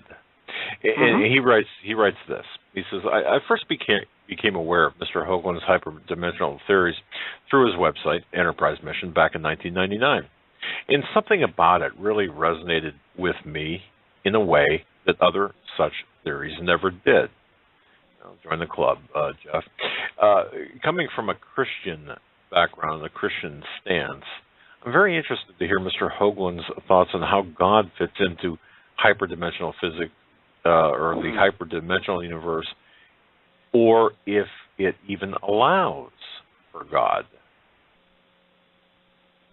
Well, it certainly allows for God. My problem with static religion has been that I think a lot of it, in terms of the dogmas and the liturgies and the reading from this text or that text, is very stuck in time. It's like if you don't understand the context when these documents were first created, if you don't understand the technological, the environmental, the cultural, the social, if you are projecting from, let's say, the 19th century or the 18th century to when the various books of the Bible or the Torah were written and by whom they were written, you get to some different places than the conventional mainstream interpretation.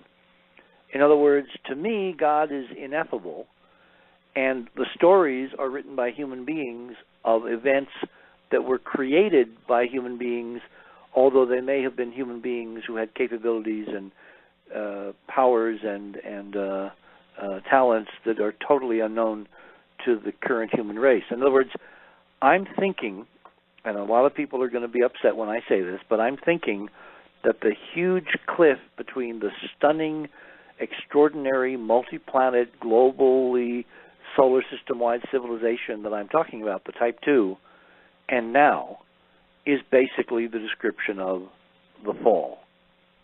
That when that culture went up in flames and incredible catastrophic things happened in the heavens, the celestial war, the cosmic war that we see in Revelation, but I always thought should have been at the beginning of the book, before Genesis, because there are two Genesis in Genesis. I've always thought that, no, when I say always, I mean for a long time, that basically what that is an abridged metaphorical description of our real extraordinary history, with God kind of moving in the dark for people that know more than those who are simply attracted by the words and take everything literally. There's a huge amount of metaphorical comparison and leaping off in our ancient sacred texts, not just the Bible, but in the Hindu texts, in the Sumerian texts, in the Egyptian texts. The farther back in time you go, the more uncertain the interpretation is, which is a indication to me that we don't have the proper context, that we're projecting a pastoral, pre-technological civilization on the folks, for instance, who wrote the Torah, when in fact they were extraordinarily advanced and encoded in those first 5 books the fundamentals of hyperdimensional physics, which can now be decoded for a 21st century application. And the guy who's been leading the research on this is a guy named Stan Tenen, who is a very observant Jew who I believe is living now in Northern California. He was living in Massachusetts, but I think he's now moved to Northern California. He has a website called themeru.org for anybody who really wants to see a much bigger backdrop to things that we have believed and taken seriously all our lives. Meru.org is a good place to start, because what Stan has done is decoded some of the early Old Testament, and lo and behold, we find a hyperdimensional set of clues and numbers and connections embedded in the very description of Genesis. Wow. Well, it's another we one. have. Okay. You want to continue with that, or yeah? I want to just remind our audience, because there will be our audience is Christian, primarily Christian audience, with few exceptions, but we approach things from a Christian point of view.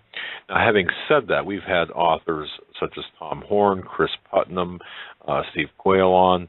And I think you had even mentioned, referenced Steve Quayle with respect to the structures on the moon, given their size. Well, yeah, let's stop there. Quayle has been doing an extraordinary amount of work on giants, right? Correct. Who were the giants? Well, Nephilim, yeah. Right. But who were they?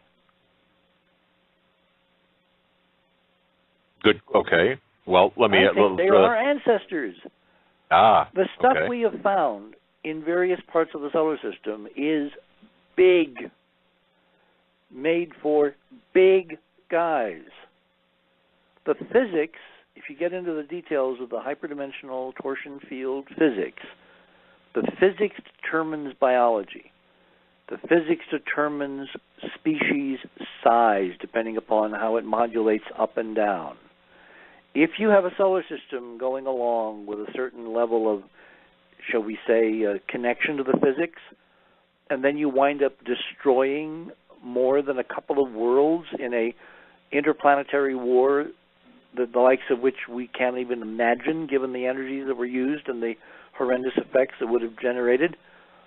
Once you have pulverized and ejected from the solar system the mass of those planets, the entire physics of the solar system changes to where, yeah, you may have the same genetic code, and you may have the same consciousness, and you may have the same connection to humanity of before, but you're not going to be the same physical size, because the energies, the HD torsion field energies coursing through you and other species in this new solar system will not be adequate to the energies of the old solar system, because somebody went and stupidly knocked off a couple of planets and destroyed them and changed the entire angular momentum equation, which drives this level of the physics.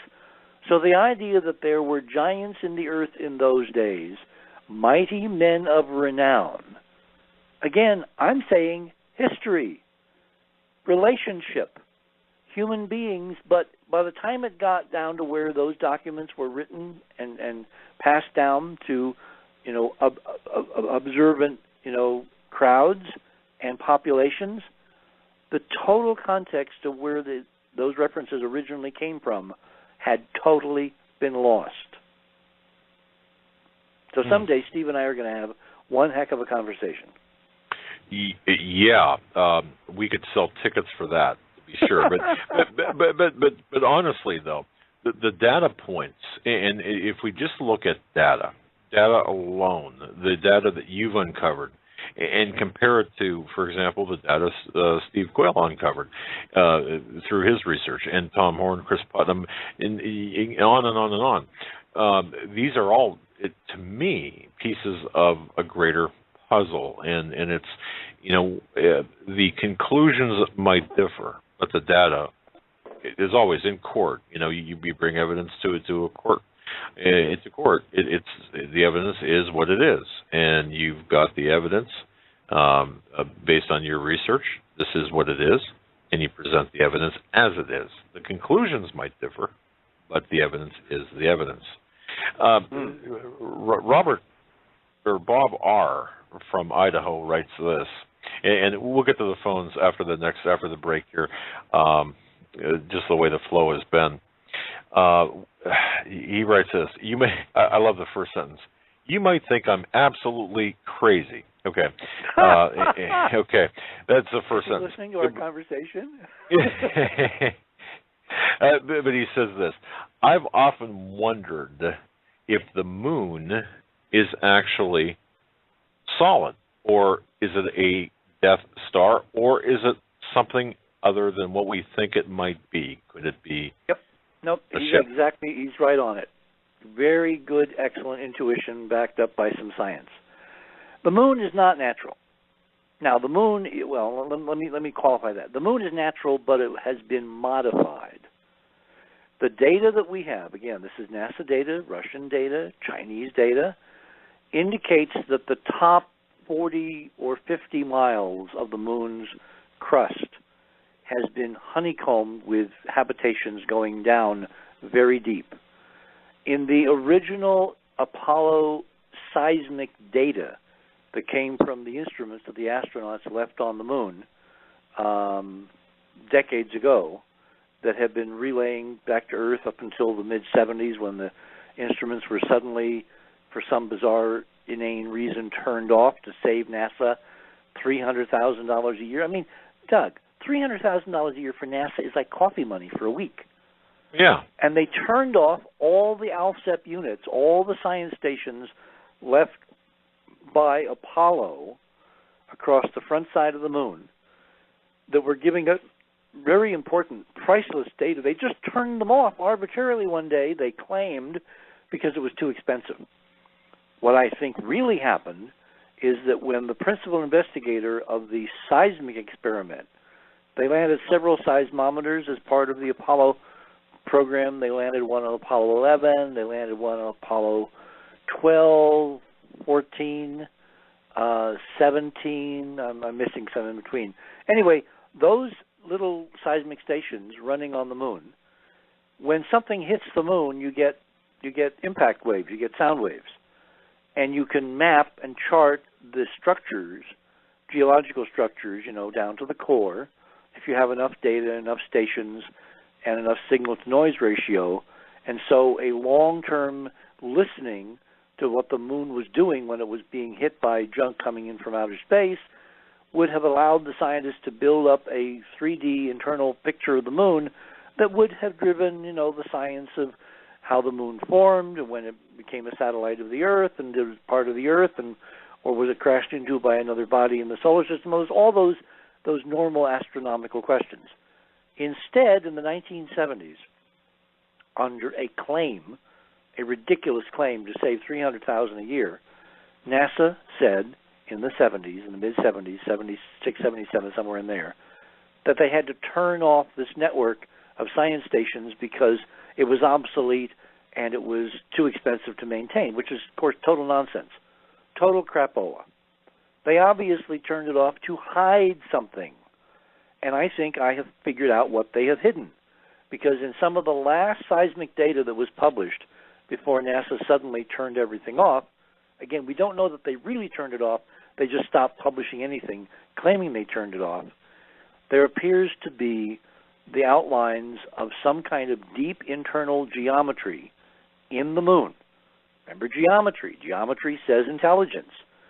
And I think that what the NASA folks inadvertently discovered were the big, huge, massive engines, hyperdimensional torsion field engines, space drive engines, buried in the core of the moon that allowed the moon to be brought here by this Type 2 civilization, eons in the past, put into orbit around the Earth, because without the moon, conscious, intelligent life on Earth would be, in the physics, impossible. And after it was placed around the Earth in orbit, it was inevitable. And I can even give a date when I think this extraordinary event happened, and it was something like 600 million years ago, a time when in the geological record there is this stunning change in life forms imprisoned in the rock, in the fossils, which is the only way, of course, that we learn what ancient life on Earth used to look like. Before 600 million years ago, the most advanced creatures on Earth were little blue-green algae and bacteria. After 600 million years ago, it's something called the Great Cambrian Explosion. Every conceivable genre and family of life is laid down in the fossil record almost like it was 3D printed out of somebody's 3D printer in a garage. There's this incredible magic, almost instantaneously, geologically speaking, step between bacteria and advanced multicellular life leading ultimately to us. And I don't think that was an accident. I think that was part of the rearranged architecture of the solar system by this incredible Type 2 civilization, who are our great-great-great-great-great-great-great-great-great-great-grandmothers, regardless, Stephen, how big they were and what they actually kind of look like, because the physics then allowed for much bigger creatures than can exist on Earth now. That's the big, big, big, big picture. Interesting take on that. Interesting take. Richard, well, we're up against up there.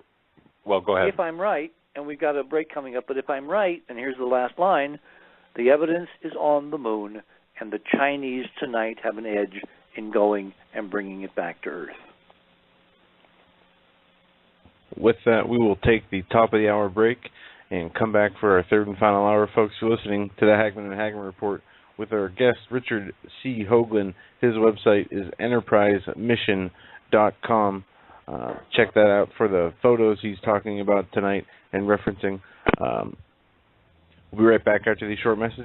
Welcome back, ladies and gentlemen, to our third and final hour of this broadcast of the Hagmann Hagmann Report on this Friday, April 25th, 2014.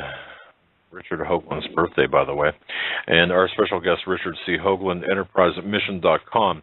By the way, all of his research, all the data that he's providing to you, he's self-funded. I mean, there's no big institution funding his organization. No, it's done through the purchase. Yeah, yeah.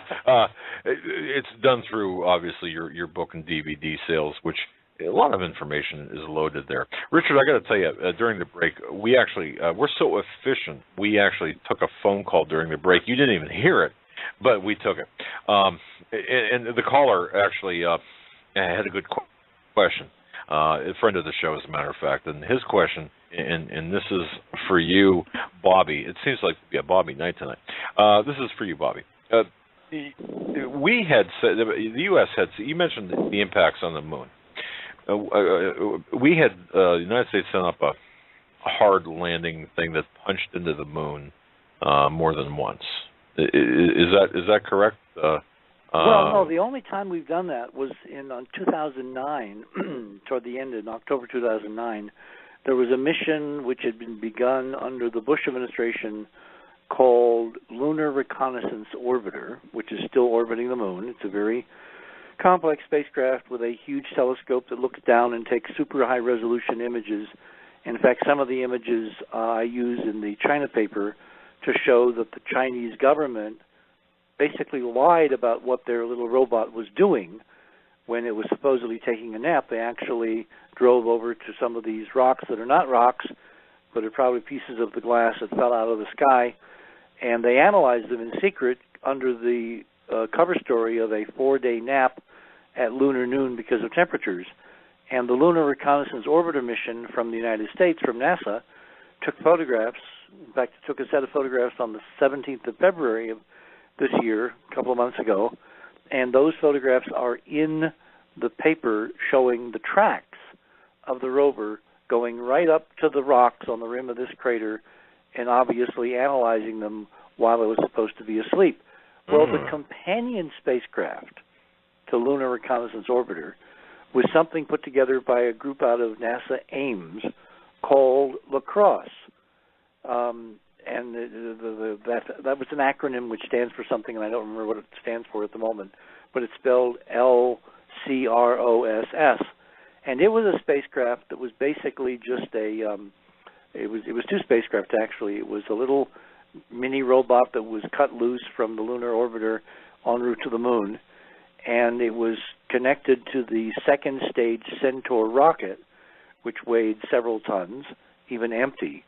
And the idea was that they would crash the second stage onto the moon, and this little shepherding spacecraft, LaCrosse spacecraft, would follow it by several miles, taking images and other data all the way down to the impact, and would give us our first sampling near the lunar south pole of what the moon was made of by impacting it with something big enough to toss up a lot of junk that would then vaporize in the sunlight and would be scannable by spectroscopic instruments on the shepherding spacecraft.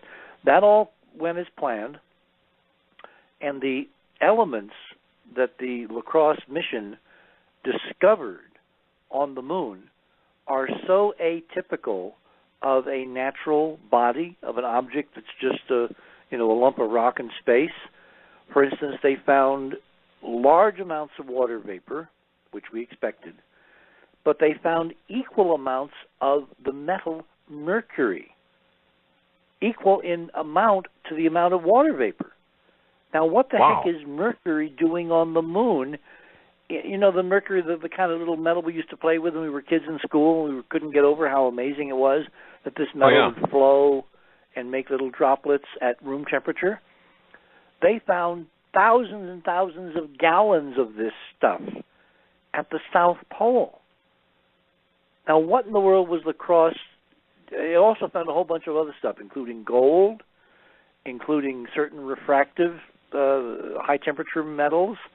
In other words, it looks like the LaCrosse impact was into high-tech junk, including maybe pipes or tanks containing mercury, which is part of the drive system in this model for the ancient spaceship moon. There is if you look in the literature, you'll see that there is an ancient Indian legend about vehicles called Vimana that were supposedly anti-gravity spaceships, and their primary power source, and one of the ways they were able to maneuver was through the use of liquid mercury in the myths.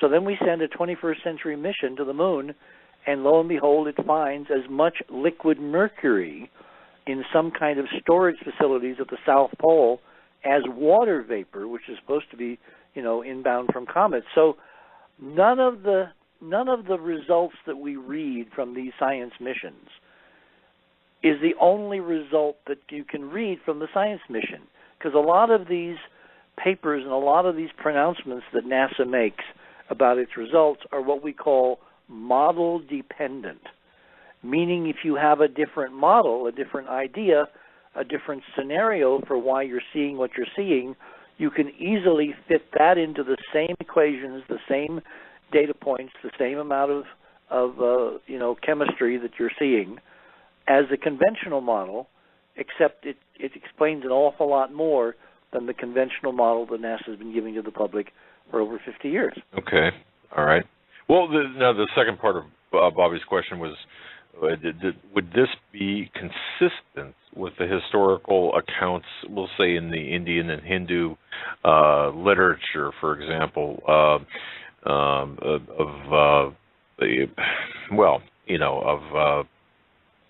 propelled craft? Yes. Yeah. Bingo. Bottom line, Bingo. yes. Okay. And the fact that they found this stuff and no one's making a big deal of it, you would think that NASA, given that they want to colonize the moon, and you can't have a colony if you have to drag everything up from Earth by means of rockets, because rockets are so incredibly expensive that by the time you wind up bringing everything up, you will not have any money left to do a program. So what you need to do is to find a way to live off the land. This with limitations, artificial limitations on 20th century technology, like rockets, like a Saturn V, or the Space Launch System, which is what the Obama administration is quietly, producing for when it's needed, which will be the biggest rocket created on Earth since the Saturn V. You're dealing with a very primitive level of space propulsion technology. So the more you can find on the moon or on Mars to live on, the less you have to bring with you or transship back and forth, the more efficient and the more doable such a project becomes.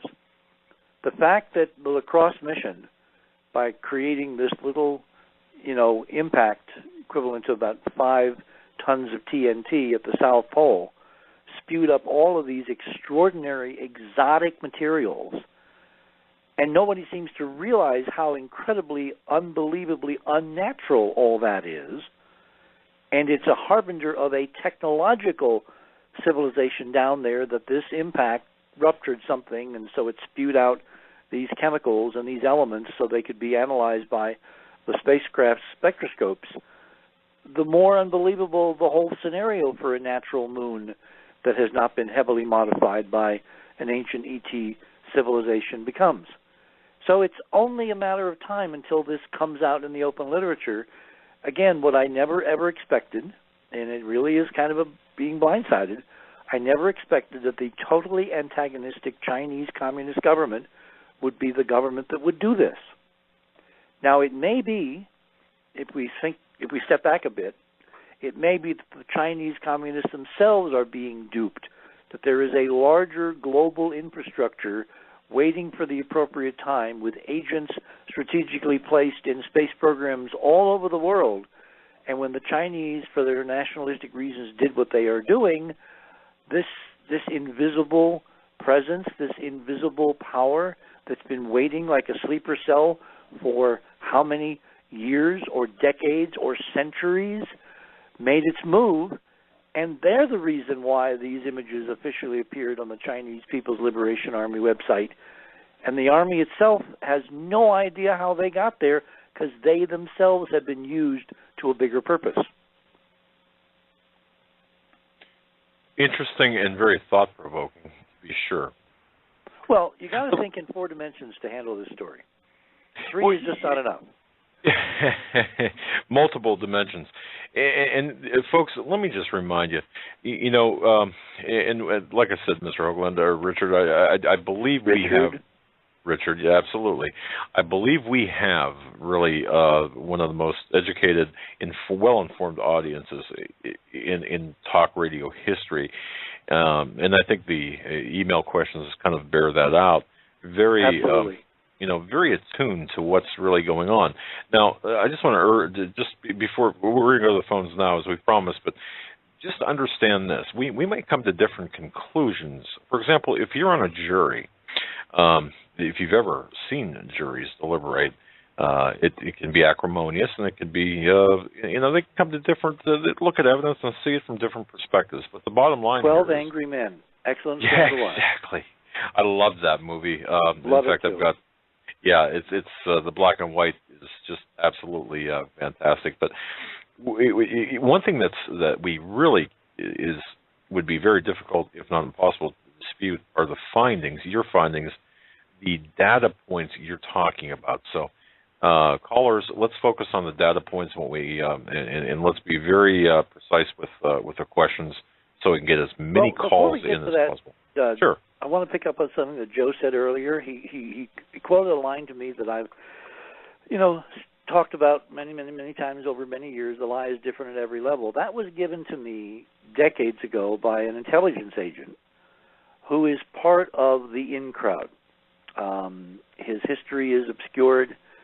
His current developments and his current, activities are obscured. He's a genuine person of history.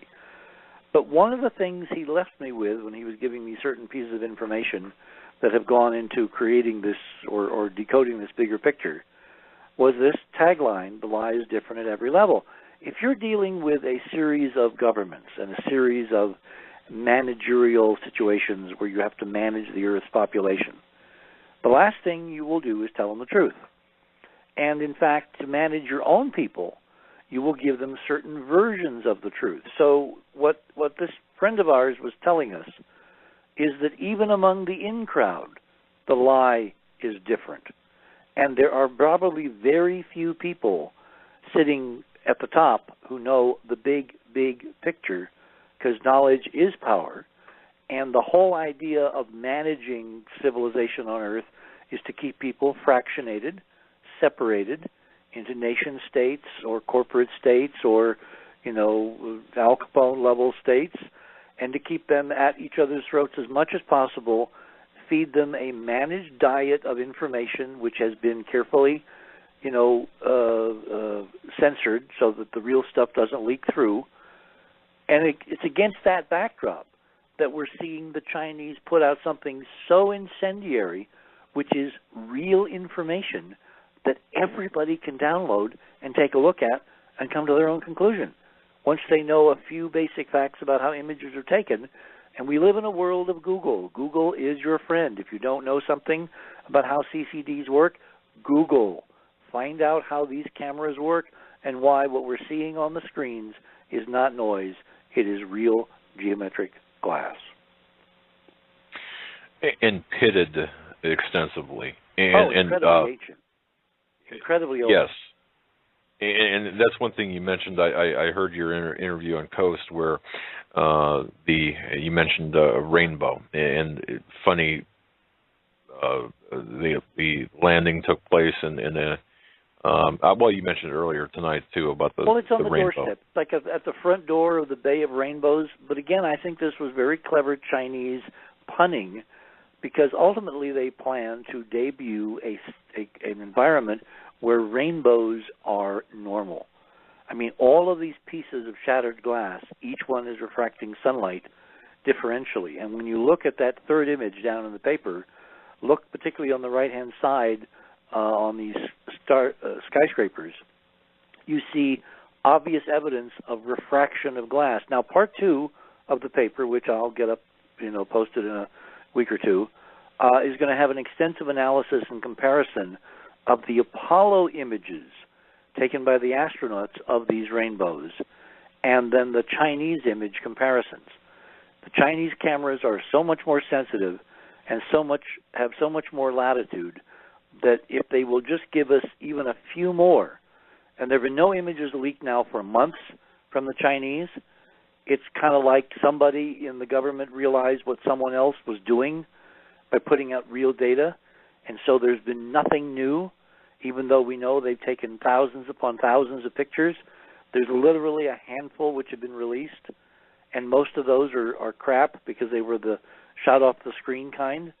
So the actual data we have to work with is like 4 or 5 images at most, but they tell everything because they were slipped out on official websites, including now from the Chinese Army.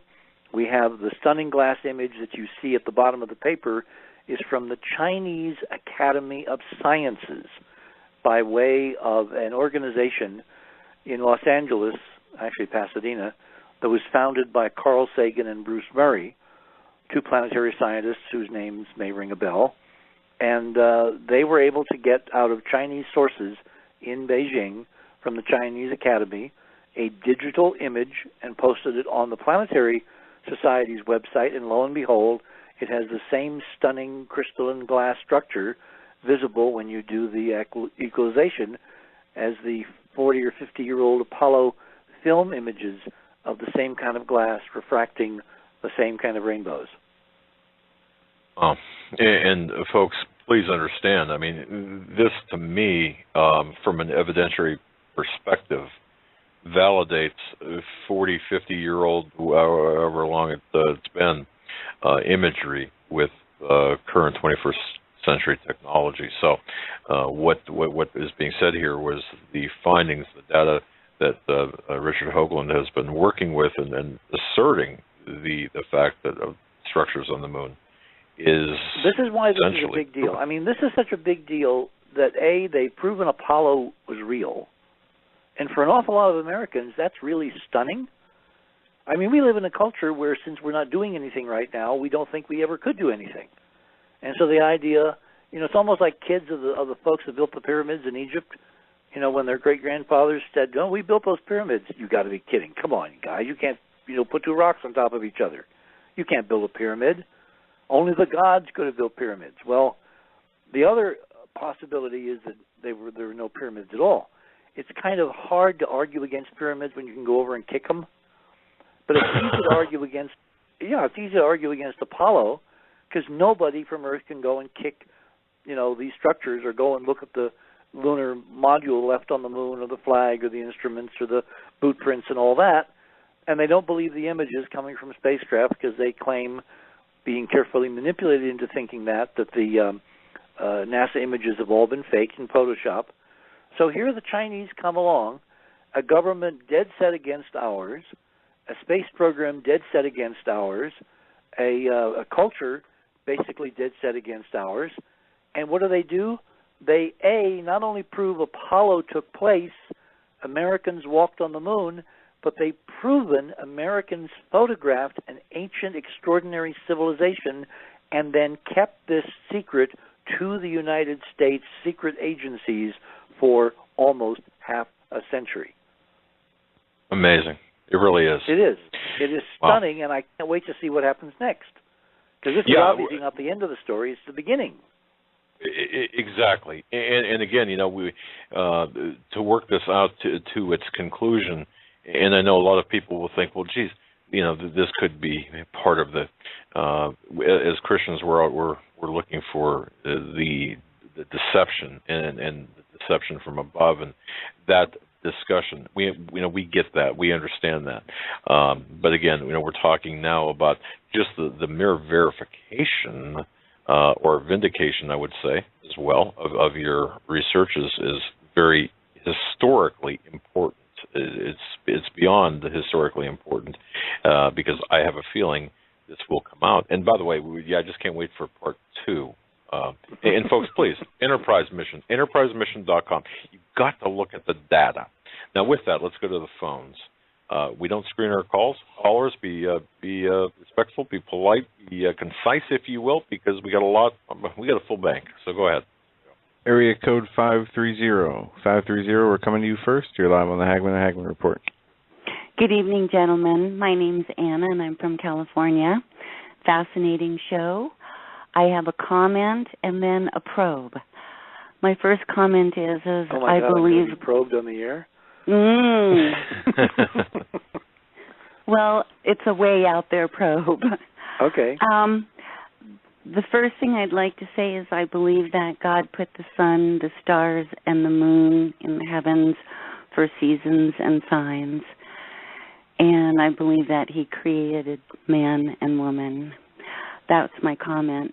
My probe is, on the 27th, Pope Francis is going to be giving a television presentation when he canonizes these other two popes. And he's going to be doing it in 3D. I would not have called in except that you had mentioned that Obama had given him the box with the timber and the seeds in it, and he seems to be into signs and hidden messages. Mm-hmm. They're going to be using more satellites than they used for the Olympics to telecast. Oh, and we have to tape this. This has to be looked at frame by frame by frame after it's done. Exactly, and like Nathan Leal, how he did the Super Bowl halftime. The Super Bowl, Yeah. exactly. Thank you. Right. And so I'm not going to watch it because I feel that it could be a subliminal or audio message that I don't particularly wish to receive. But I was wondering if I could probe your mind on what you think about that. And if so you wish to find the information, you can go to Pope Francis 3D, and it pops up with multiple things that they're doing to get ready for it. Well, obviously, I think there's no problem with watching it. I don't think, if you know who you are and you have a firm faith, you will not be affected by what comes through the screen, but you're going to want to see patterns. You're going to want to see the way the information is presented. You're going to want to look at the shots. You're going to want to look at juxtapositions of shots. Do you remember something really bizarre that happened recently that just got quietly swept under the rug that I think had a very large message component and yet no one followed up on it in the mainstream? Remember when Nelson Mandela's funeral took place in South Africa? Oh, yes, I remember, with the leopard skin over it and just a few people there, and it was like looking through a stone. And then you had the translator, the sign language translator, who turned out to be total nonsense. Yes. And he was allowed to go through this for hours. No one vetted him. No one figured out that he was a con artist, that he wasn't for real. Or was it deliberately made part of the process to have a meta message, which is, this is not what you think it is? So when you look at these global television extravaganzas, you should not look away. You should tape and watch everything and be asking all kinds of questions. Certain in your faith and in the knowledge of who you are, you can come up with answers, and then we all compare our answers. That's a very good point. I just try very hard to restrict my exposure to non-godly things. Well, but to me, God triumphs over everything, so I'm not going to be watching this fearful. That's a good point. Thank you, caller. Very, very well orchestrated question. Very well said. And that 3D is really important. Richard, about that 3D, what is with that? What is with that? The 3D, broadcasting in 3D. You can look at it two ways. You can look at it as just another step in the technology of image transformation. We relate to three-dimensional imagery, so there's a group of people, technicians and management and corporations and nerds and hackers and all those techie people that love to play with this stuff that want to give us a better and better simulation of reality. So 3D is where you would go with that. The other aspect of looking at it would be another level message. In other words, if you're putting all this attention and effort into a multi-dimensional presentation, maybe the message is it's a multi-dimensional reality that you're trying to represent with a multidimensional presentation. So, yeah, thank you, Ann, for this. We have got to put this on our calendars. I think she said the 27th, which is... Correct. Is that Sunday? Is that this coming Sunday? That is correct. So, yeah, everybody in this audience should be taping and looking and comparing notes. And if we see anything interesting, I'll give you a holler, Doug, and I'll come back on and we'll do kind of cliff notes on what was really going on. Would love it. And boy, we do hope you come back on as well, even if nothing happens or nothing of significance happens there. Happen. You know something's going to happen. It's just how smart are we to see it? That's why you need lots of eyes looking and lots of people comparing notes. And that's where social media comes in. That's the genius of the Chinese putting these images out through social media with millions and millions and millions of people copying, because there's no way this feather pillow can have the feathers dumped back into it on the doorstep. It's out there now, and it can never be retracted. The old genie in the bottle. You can't put the genie back in the bottle. All right, let's go to another call. We're going to go to area code 610. 610, you're up next. You're live on the Hagmann and Hagmann Report with Richard Hoagland. What's on your mind tonight? Hello, gentlemen. My name is Max Kasich, also known as Max the Knife. I'm from Philadelphia, PA. Happy birthday, Professor. Thanks, Max. I read your paper, and I thought using LRO to prove the rabbit went up to the rocks was genius. And the rest is... Wasn't my idea. It was their idea. Excuse me? Max, hang on, Max. Hang on. Don't you find it really amazing that we have those images? Oh, yeah. Why do we have those images? Because it's time? No, it's because somebody in the LRO system is part of the same... the LRO. I thought you were talking about the rabbit, yeah. No. I'm talking about multiple... This is beyond nationality. This is like a global system that's decided now is the time to make this public and to provide counterpoint information to where the government of China claims one thing, the NASA satellite imageries prove something else, and you put that together with the Chinese leaks of the real data. In other words, this is a global system to empower us as opposed to a global system to put us in further bondage. Oh, I totally agree. And it's a very positive spin. I see nothing but positives as to what's happening and what's going to happen. I agree, and what I also see is the pyramidal structure. I mean, don't you think that Isn't ultimately that a cool the top... Wait till you see the better images we've got. Okay, anyway, congratulations. Part two. I think it's all vindication.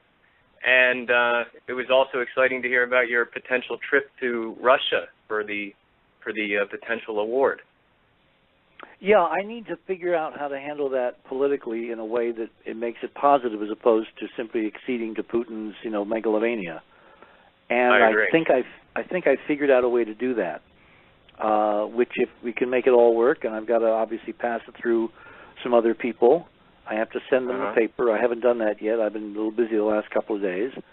But I'm going to do that, and fortunately we got enough time, if we're going to go do this, to do it right, and to basically use this as a statement to point out, as Kennedy did to Khrushchev, this is too big for both of us. We got to do this with everybody.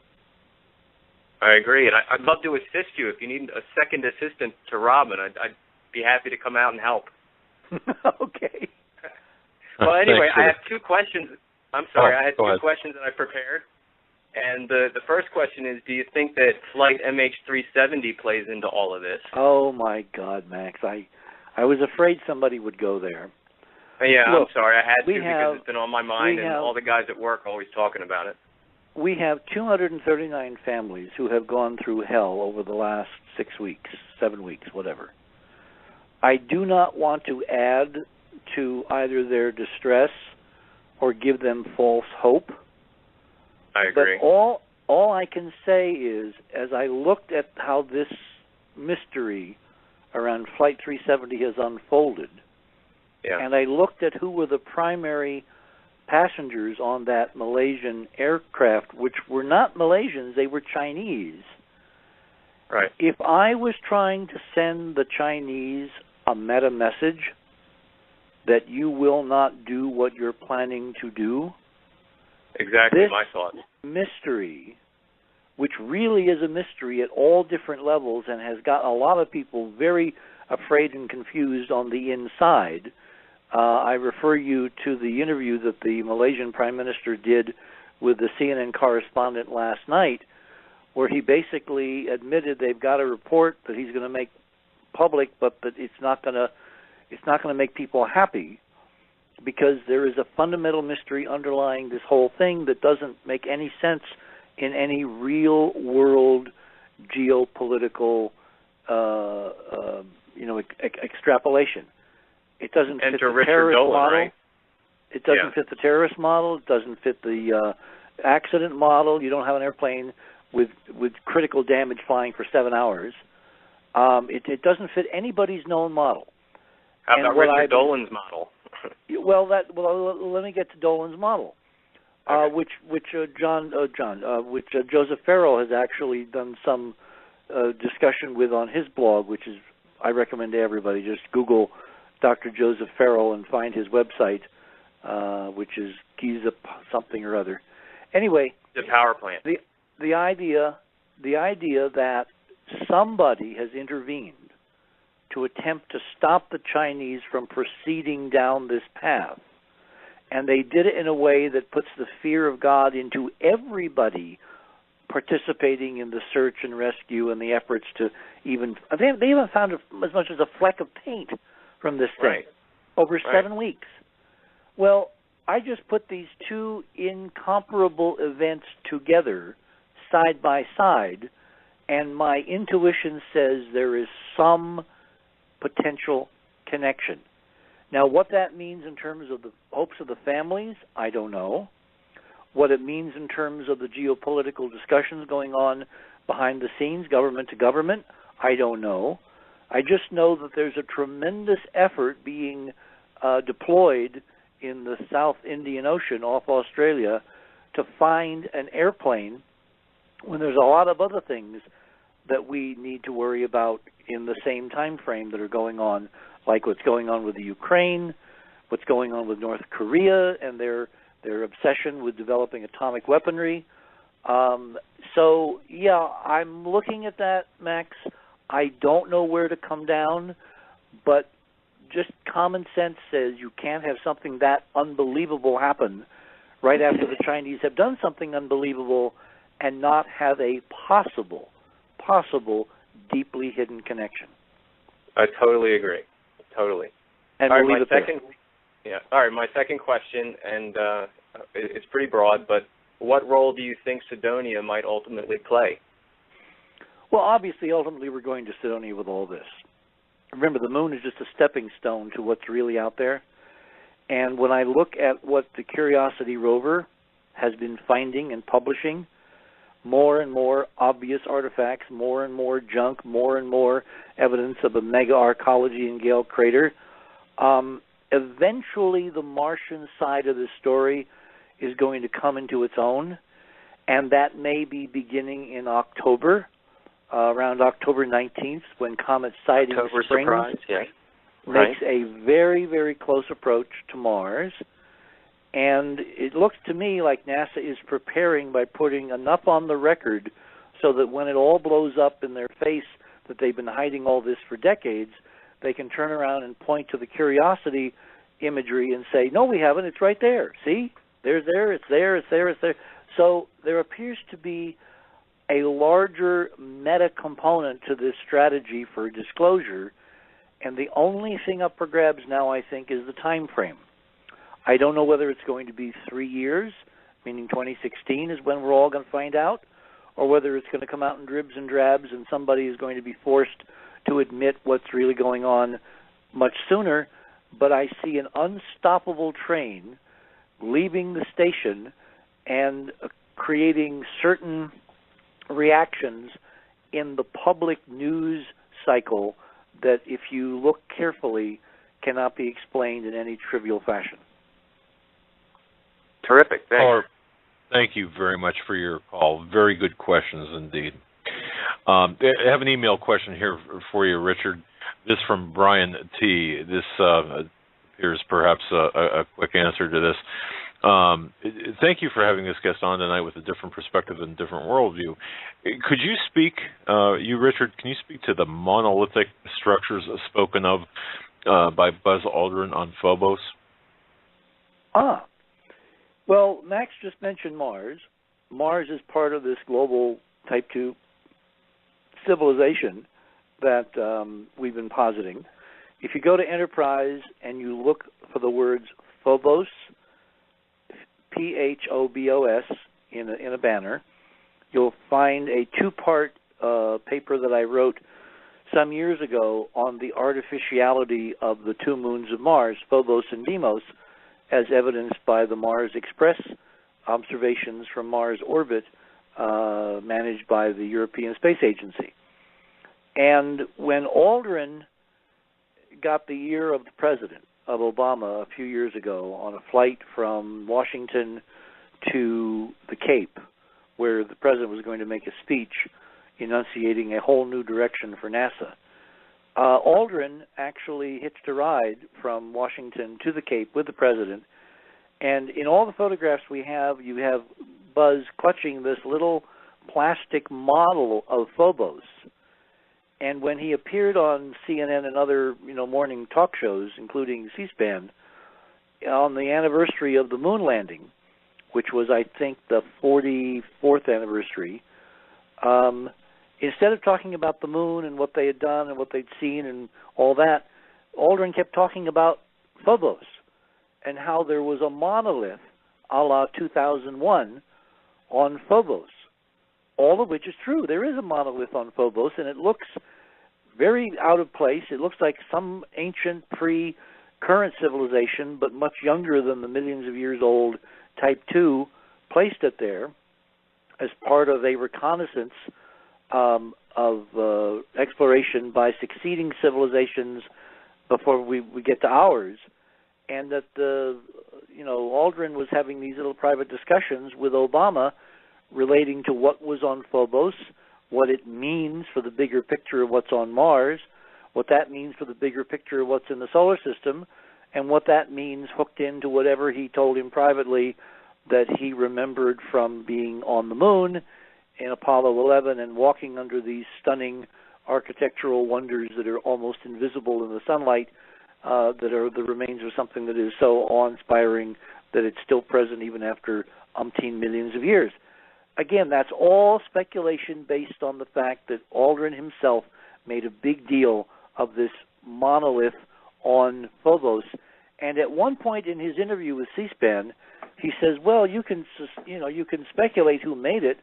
He said, you might ultimately say that God made it, which I thought was one of the most interesting ellipses in modern interviewed television. Dare I ask why? The significance of that when you say he said that God made it? He's talking about godlike power. Oh, I see. Okay. Yeah.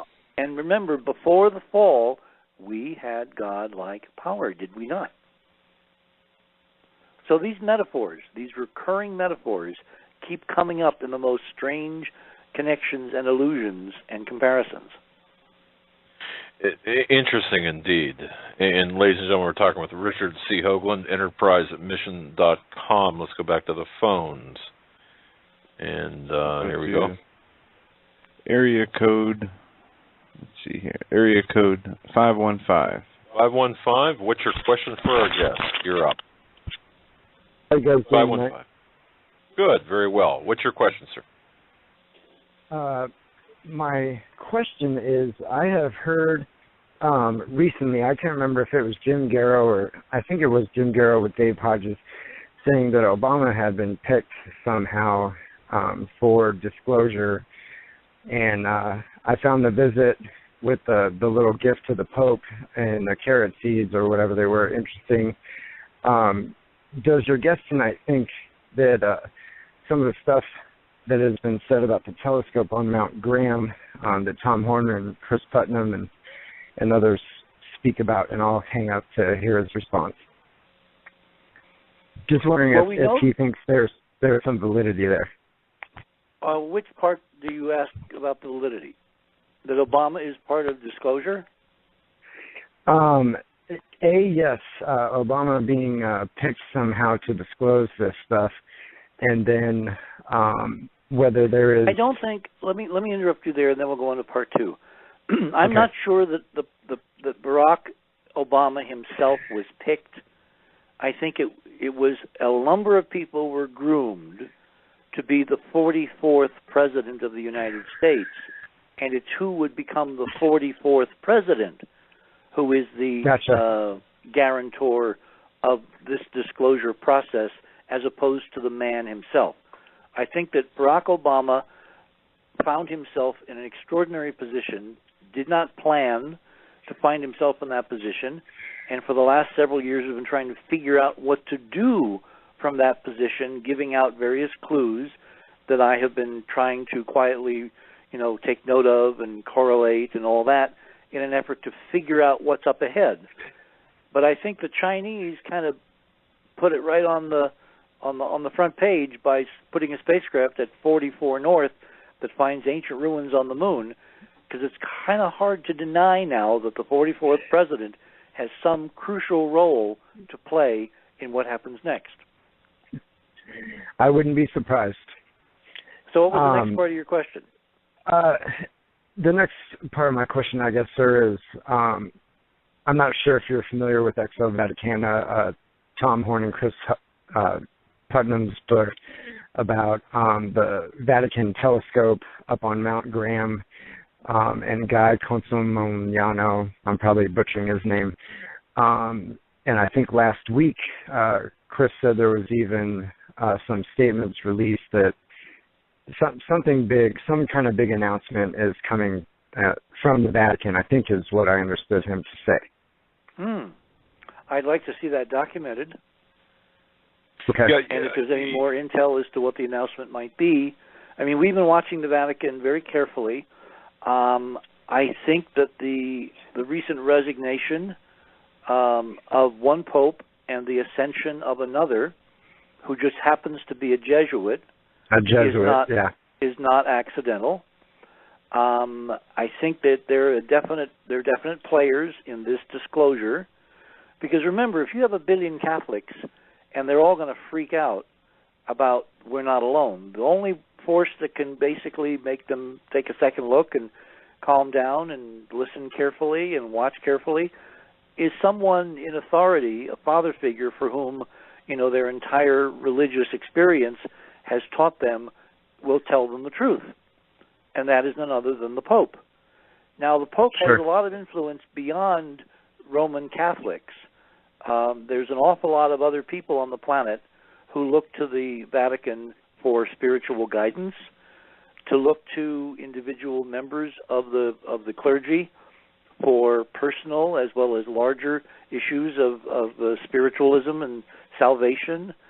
And so the Pope, in this time of extraordinary change, has got to be a player, which is why I say again, everybody should tape and watch carefully the canonization this Sunday, apparently, by Pope Francis of his predecessors, because I have a feeling there's an awful lot of information that's going to be coming out in symbolism, in the liturgy, between the lines, in the very imagery, in the juxtaposition of imagery. In all ways, this is something that we cannot ignore, and we should take careful notice of and then compare notes. I agree. Well, thank you for your response, and I'm going to hang up so you guys can keep going. Thanks. Thank you, sir. Thanks for the call. And by the way, Richard, we here at the studios will be recording that in high-def video as well for archival purposes. Yeah, you had mentioned that, and a lot of our guests are. We know the symbolism. I mean, we know that there's symbolism going on, the code speak going on. And by the way, it's interesting you mentioned the number 44, the 44th president, regardless if it was Obama or Hillary or Romney, whoever it might have been. What's the significance of that? Well, that's a good question, and I frankly don't have a very good answer yet, because I've been thinking about it a lot. One obvious possibility is it's 4 times 11. 44 is 4 times 11. What people don't know is that 11 and all the permutations thereof, 11, 11, 11, 11, 11, 11, run out the number, is a mathematically coded replication of 19.5. So by landing at 19.5 by 44, what the Chinese did was to underscore the hyperdimensional aspect of the message they were trying to communicate by landing on the moon at all. Now, 4 times 11 could indicate 4th dimension, if you're dealing with hyperdimensions. 4th dimensional reality could be the equivalent in the Roman Catholic liturgy of purgatory. When a person dies, your soul does not go directly to wherever it's supposed to go. It kind of hangs around someplace. We're not quite sure. I was a Roman Catholic, so I can tell you something about the catechism. The idea is that you go through this place called purgatory. Well, maybe in the physics, purgatory is a 4th spatial dimension, which is inaccessible under normal circumstances from R3, et cetera, et cetera, et cetera. But I don't think that Obama as the guy is as important as Obama as the symbol of the 44th president, because remember, he came out of nowhere. It was supposed to be Hillary. Remember? Until that meeting in Virginia, it was, it was. And there was a very interesting little thing with a Roman Catholic priest in Chicago, whose name I forget, somebody will tell you. And he did a whole parody of her being upset as all get out that this black guy nips in just under the wire and snatches the prize away from her who was supposed to belong to. Correct. And yes. then there was a scene in the Oval Office when President Bush gathered the ex-presidents who were in good enough health to come to Washington. I think it was his father, it was Jimmy Carter, it was Bill Clinton, Obama. I don't think Ford made it because he wasn't in good enough shape to fly to Washington. But anyway, they had this little meeting of all these ex-presidents, and in the middle of the meeting, Clinton looks down at the Oval Office floor, and on camera he says to George Bush Jr., W., he says, "I've always liked this rug." So that, of course, immediately got me very intrigued, so I started doing a whole investigation on the history of the Oval Office redecorations and the White House rug. And it turns out that George W. had been extolling the virtues of that rug for his entire presidency. And when I counted the symbolism of the rays, because it was basically an oval which fit in the floor plan of the Oval Office, with the sun in the center with the rays going out in every direction. And the sun represents Horus, which of course is the Egyptian sun god, which is a very high-level esoteric representation of the American presidency. The American presidency is Horus, and that's a whole long separate show. Anyway, when I counted the number of rays coming out of this rug, that Clinton said that he'd always loved that rug of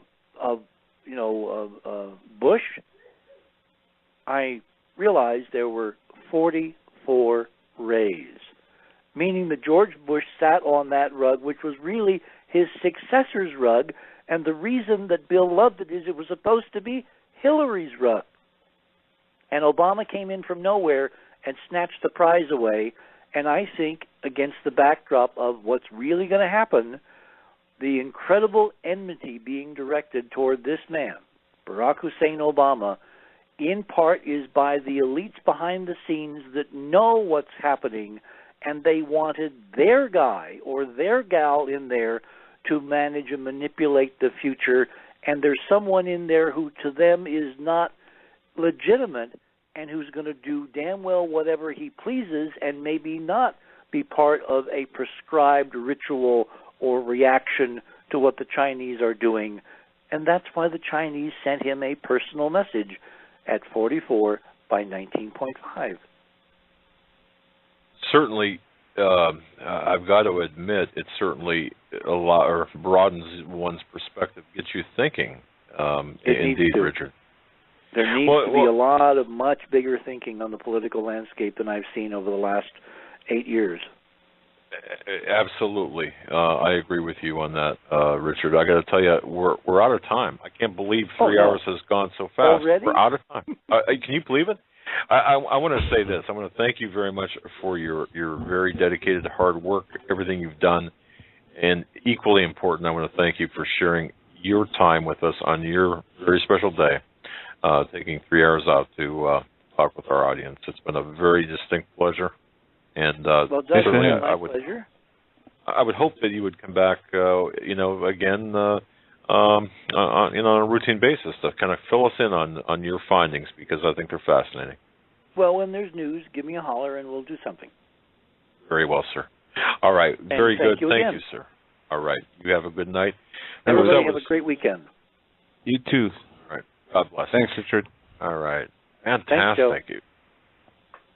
What a great program. What a lot of fantastic information. Look at the data, folks. And the only thing I'm going to say in closing is just look at the data. Read the paper and think think bigger. Think bigger. You don't have to agree with Richard Hoagland's conclusions. I certainly didn't agree with them all. Joe didn't agree with them all. But the data. Very interesting things that he's mentioned in there, yeah. Yeah, but the data fits in there. Yeah, there are some things in there that he did surprise me with. Okay. And with that, we're up against the very end of the show. Everybody have a safe weekend. We will be back here Monday, 8 p.m., and we might and will most likely have a guest. Check the website during the weekend to see if there's any update on that. With that, we'll see you then. God bless, stay safe, and have a great